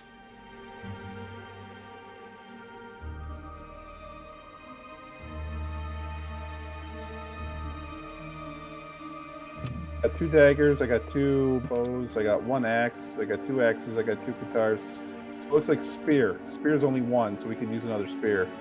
And it also puts she cannot right. She's PTSD though. I don't think she can do anything. Can't participate in anything, right? What good is cannot participate? having a This is set kind of of contribute and participating can't do it. So, Okay,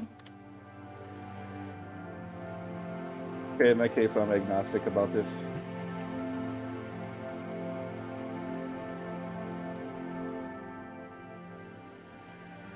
The flower addiction dude. I kind of think we could use another bow. Okay. Because this bow gets 2, right? So that would be nice. Trying to get the most bang for our buck. Right.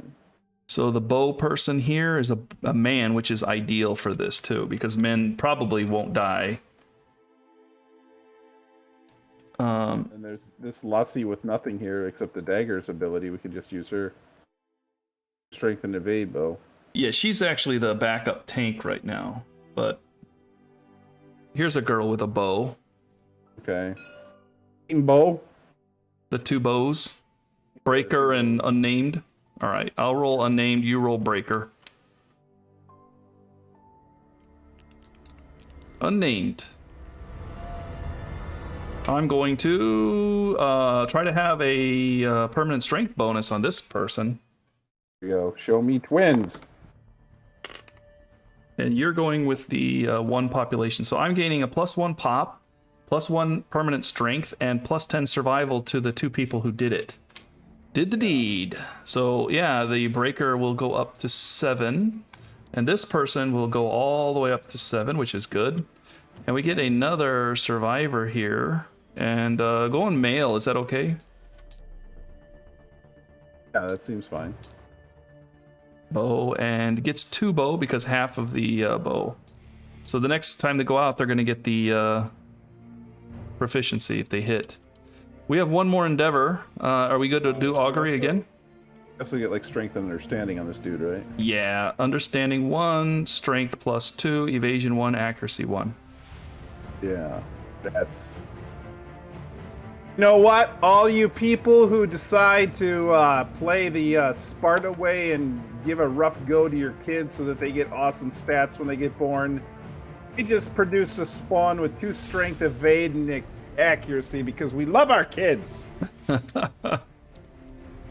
We'd probably be dead if we did it the other way. We've rolled some pretty terrible rolls. Okay, we got one more endeavor. We're gonna do augury again. I'm sure. I think that's a yes, but yeah, there's nothing else to endeavor at. Unless we want to do scrap scavenge. We can do scrap scavenge. We can do... Motion could get a hunt XP and get the milestone. Who could? Motion. Emotion. Over here. Oh. XP, we give her some experience. She gets the thing right now, and you can pick your fighting art. I mean, maybe you'll get a stat, but you'll probably pick your fighting art. I think that's the most bang for a buck now that we got a kid. All right, let's do it. I like that idea. I think it's good. Let's roll it. Okay, here she goes. 11 is the fighting art.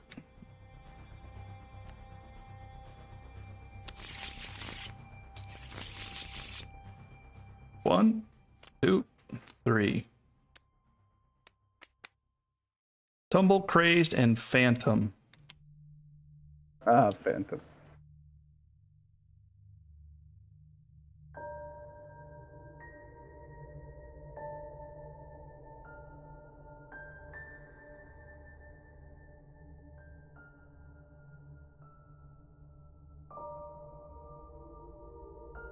Ooh, I don't know.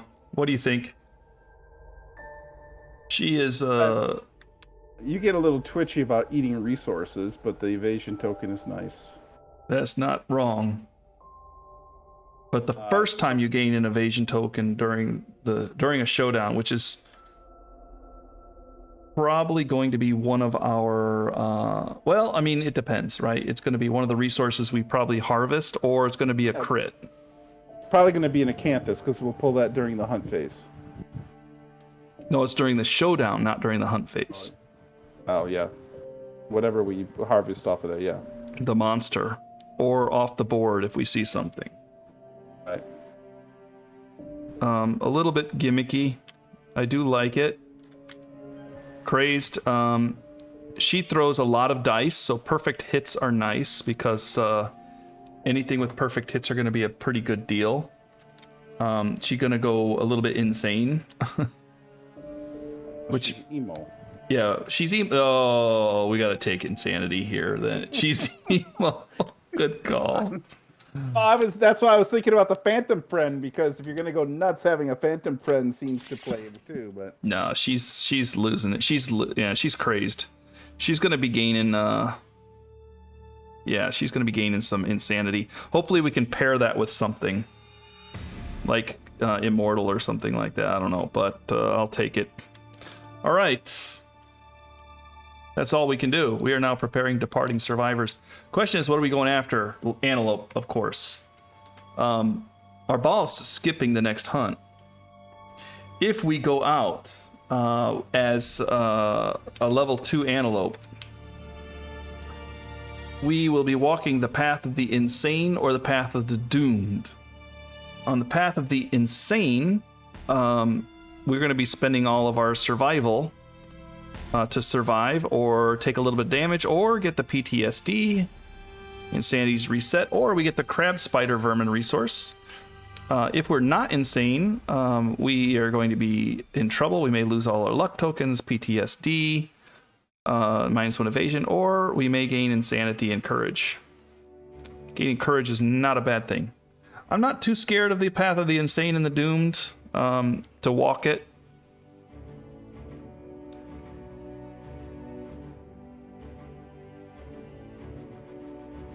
We really want to do it without the boss? I mean, isn't the point of the boss to sort out that kind of nonsense? To help with it, not necessarily root it out, but to help with it. So there is that. Somebody with flower addiction, we can just go up to the flower night and get rid of that while we're waiting for the boss, and then if we want... Well, let's look what we got left here. We're going to run this, and then next time we've got the Butcher coming, and the Hooded Knight comes, and as we recall, let's look at him. He will, he does the Mysterious Agenda, which probably means that he finds the returning survivor with the most hunt XP and gives them that parcel again, probably. Okay. Why me cannot go.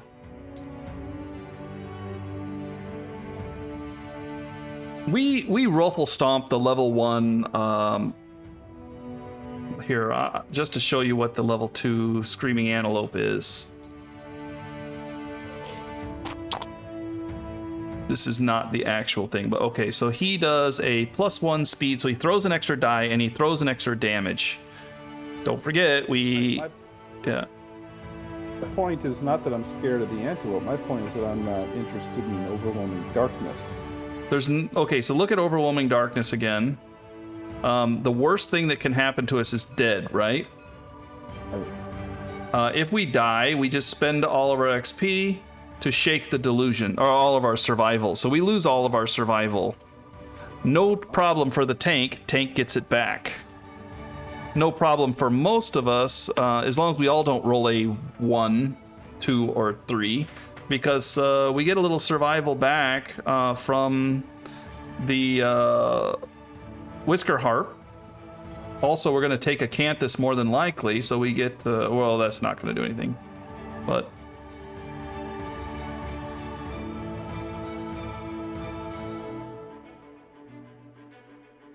if we do the Screaming Antelope level 2, we would get a +2 hunt XP, 6 basic resources, and 7 Screaming Antelope resources. And I think we can take it. The only thing is this little hiccup right here. If we take less than insane people, doomed is better, but I'm a little bit nervous about this -3 luck.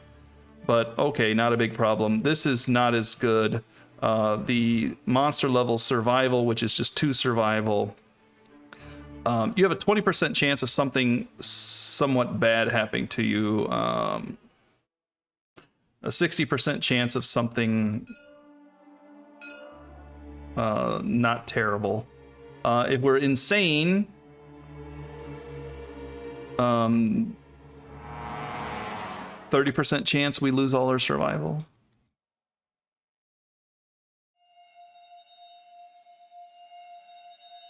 Well, if that's the case, I would take people who are not insane.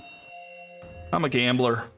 I'm going to take people I know are going to kill it, and I'm going to deal with the path as we walk it. Anybody have 3+ courage? I thought we had Matchmaker, but I think we killed him, didn't we? Yeah.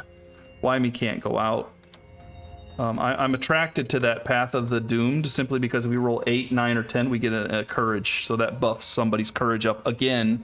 So when we come home, we get Matchmaker on the scrap scavenge, right? So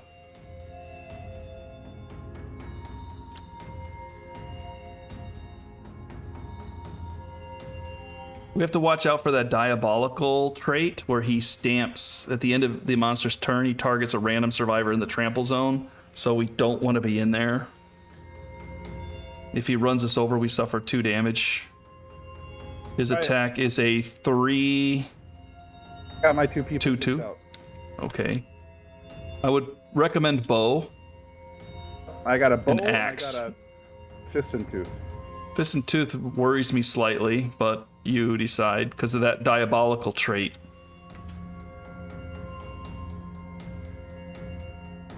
Diabolical trait. Yeah. So I don't know what that is. End of the monster's turn, trample. Random survivor trample. Move to a target. Is that new to the level 2? Yeah. I didn't remember it.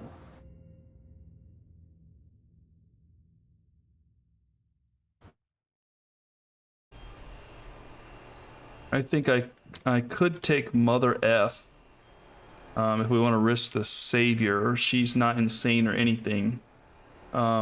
She does get the axe, so she'd be swinging with the axe, and she would probably be tanking with an axe. So if you wanted to go Fist and Tooth, you'd be dashing away, but you do have the Rawhide set, so you might be okay with it. That's what I was thinking on. I cannot get that many bad rolls on survival retention next time. Then again, I still think I need to take the current tank it's in there, just because All right, I'll take an axe and a bow then. Or no, I think hold on, I'm gonna put this one, pack this one up, and this is the person I want to spawn, because this is the one I would want to take, I think. Simply because if somebody dies, I get something good out of it. The dagger mastery means it's going to help me to wound. Crazed will get my insanity back. I'm already and I need to be insane to spend.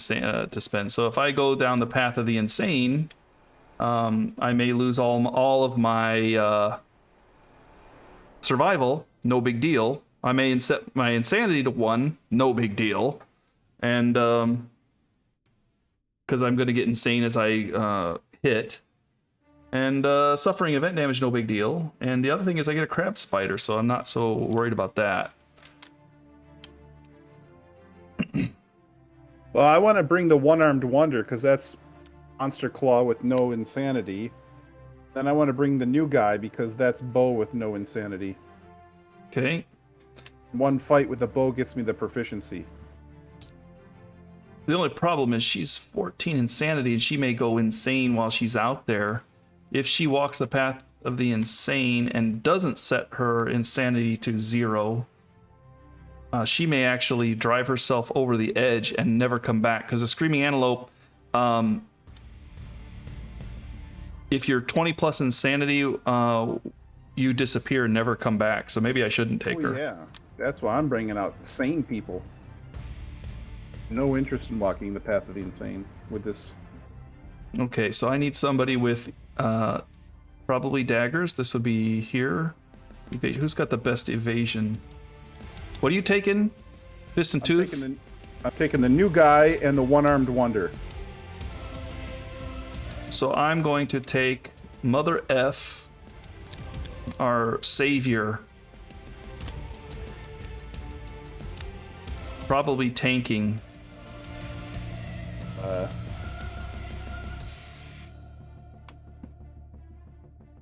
What's this? I was moving that, and then you popped the thing in it. Where'd it go now? I just destroyed it. Spawned it again. I destroyed it. Why would you take the new one? Because this bow person... One combat, and he has proficiency. This one has 4 proficiency. And he's insane, is he? No, he's got 0. Nice. And he's got Mighty Strike, which we need.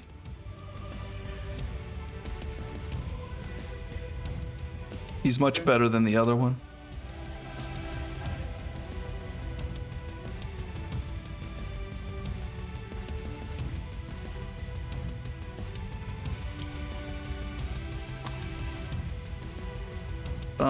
Would like to take the spear out, but I can't.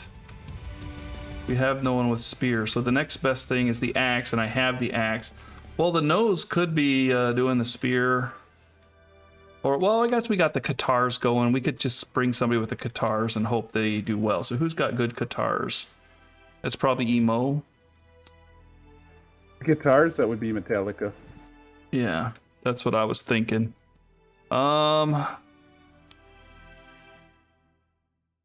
Emo is already insane though, so that makes me a little bit. I thought I had a guitar down here somewhere that was not.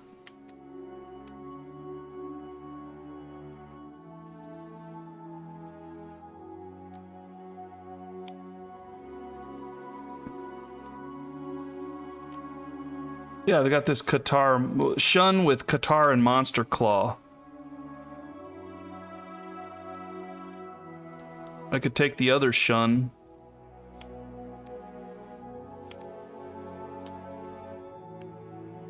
Or I could take this unnamed dagger person and put Mother F. I don't know if I like that idea. Mother F is tanking with the axe.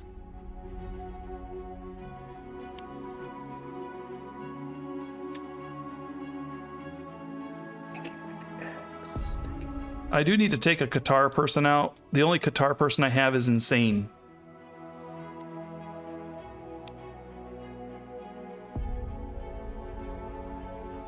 And crazed. So she's not really built for this fight. So the other thing would be to take somebody who has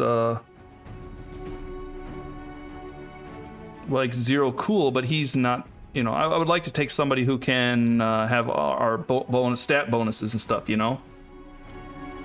Sure. But we don't really have a whole lot of people with stat bonuses. We would like extra strength to hit.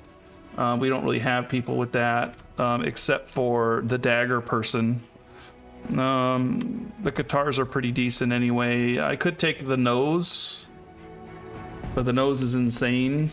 Nose is pretty much hanging out here with nothing going for the nose. Yep.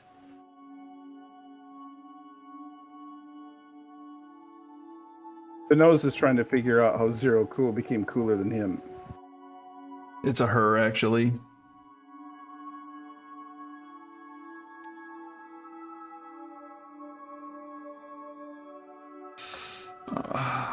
Man, I'm scared to take emo out, but I'm gonna do it.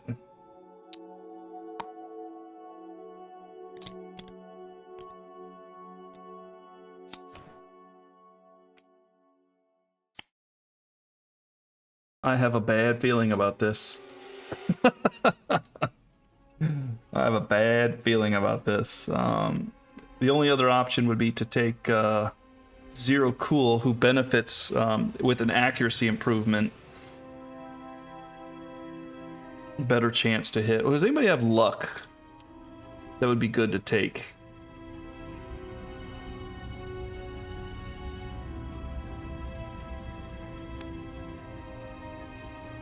Not really.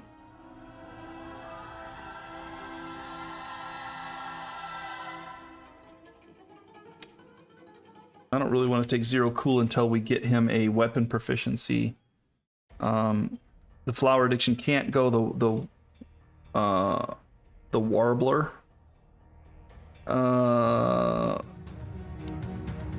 Daggers here is not insane. Well, this daggers might actually be decent to take, but I would have to move Mother F to the guitars and not wield guitars.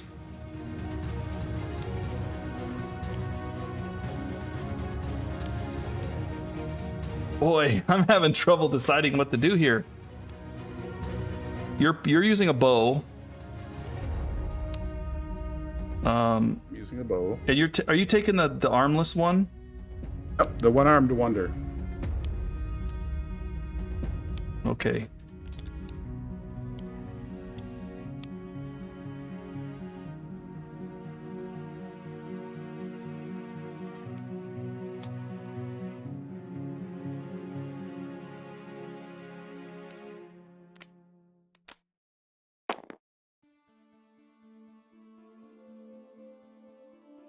You have the axe? Up here. Yeah. Okay, here's the axe.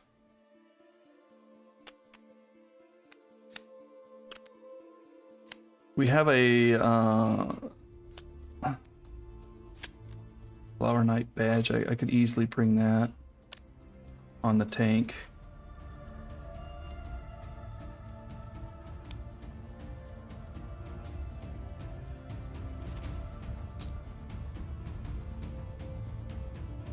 Mother F damages on a 2 with that counterweighted axe. She don't need the monster claw thing. Emo is actually, he's not too hard to hit, this guy.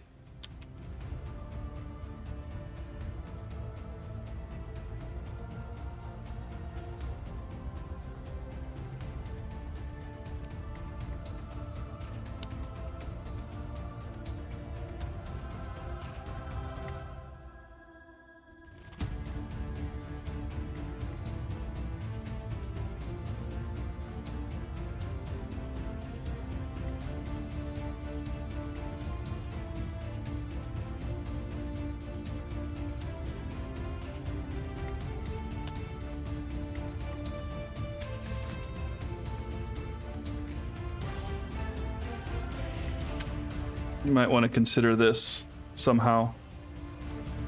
That. The necklace there. Or I could, let's see, Katars. I could put it on Emo as well, technically. I don't know. It would connect. It would give me a +2 strength, so Emo. It would be better on your Fist and Tooth guy.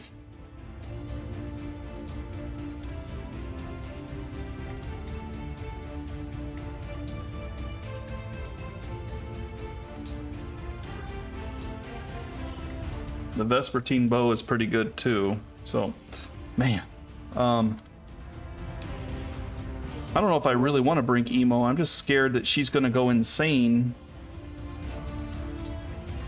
I would like to bring somebody with Katars though. The nose could come, but you know, the nose does have a +1 strength. Start working on Katars with the nose, but she's insane. That's the problem.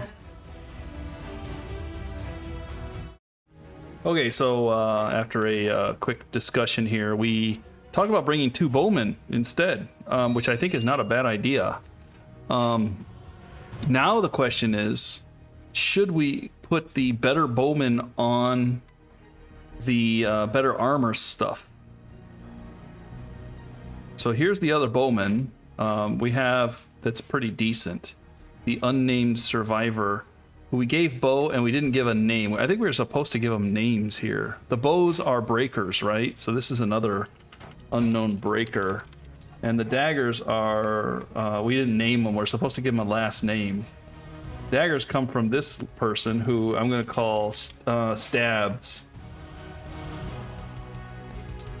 So this comes from Stabs.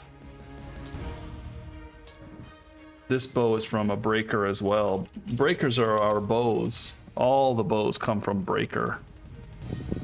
All right, so I'm gonna spawn this breaker and put him here. Now the question is, should I take the better bow because better chance to wound? Or should you take the good bow? Because you're in love with it. Or should you take the bow because you have specialization and you reroll misses? But that might actually be good with your other bow, which is not that good. All right. Take that gut. Vespertine bow. Do you like the special arrow too? We'll see. Not have space. We'll see. I'd probably drop the Katars. Stick with the bow.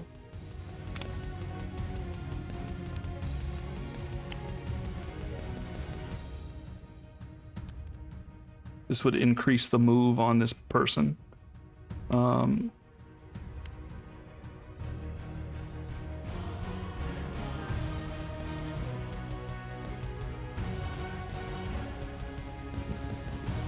Oh, I see a combo here. If I take the clawhead arrow and give the Vespertine arrow to somebody else, and I put it here, that gives me the ability to roar.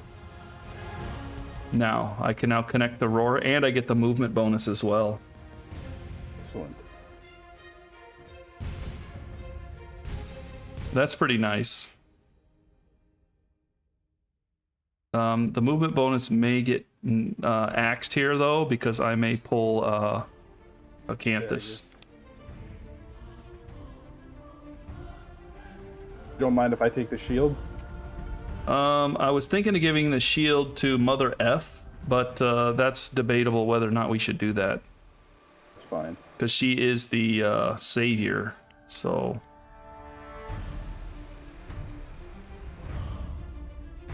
We can work this out later too, in the next episode as well, if we're trying to.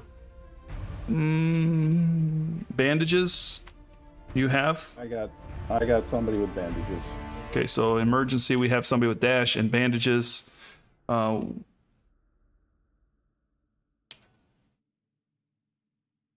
Should I pull Monster Greaves on the tank to get an extra evasion, or Acanthus? What do you think? Acanthus. So I'll drop the Monster Grease, pull Acanthus.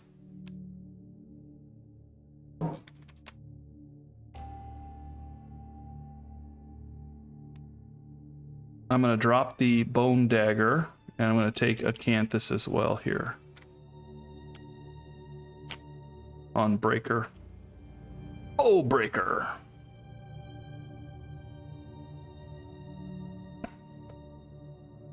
Okay, I think I'm good. Get off there.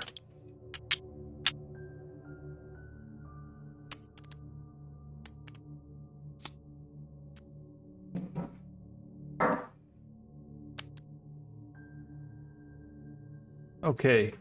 Everybody gets +1 armor to every slot because of the shrine, which we're gonna definitely need it.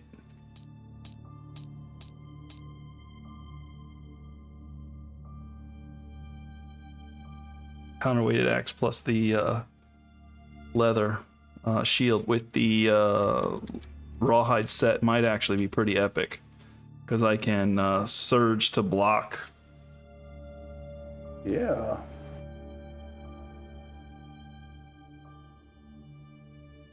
Okay, I can also roar, which gives me +1 insanity. All survivors +1 insanity, and all survivors get +2 strength till the end of the round. So I can surge and roar if we ever need to hit something for sure. You know what I mean? Oh. All right, feeling good about this. I got the claw-headed arrow, got the Vespertine bow. The bow is deadly. Let me see the battle UI here for a second. I don't need Fist and Tooth from Mother F or Breaker. Yeah, you got the Catgut bow, which is a little bit harder to hit with. I can re-roll it. Yeah, but you can re-roll it. Yep. All right. Okay, that's good. We're gonna clean up the showdown here. Clean up the hunt. Make sure that we know we are going after a level 2 antelope next time. And we may not even get past Overwhelming Darkness. Remember, the antelope does tend to move around a bit. All right. Any last words? Getting into the big time, level 2s. Yeah, we're moving up in the world. In the timeline, there are only 30, so we're halfway there. And we're now starting level 2 stuff. I was gonna say, we've burned through the first half of the game, and we're only going after our first level 2 now. Yeah, but we're going after level 2 Butcher too next time. So hey, we need to get we're cutting our teeth on something a little bit bigger. That's a debate about going after the Butcher. He's coming after us. All right, everybody. Hope you enjoyed the episode, and we do appreciate you watching. Thanks for joining. We'll catch you in the next one. Peace out.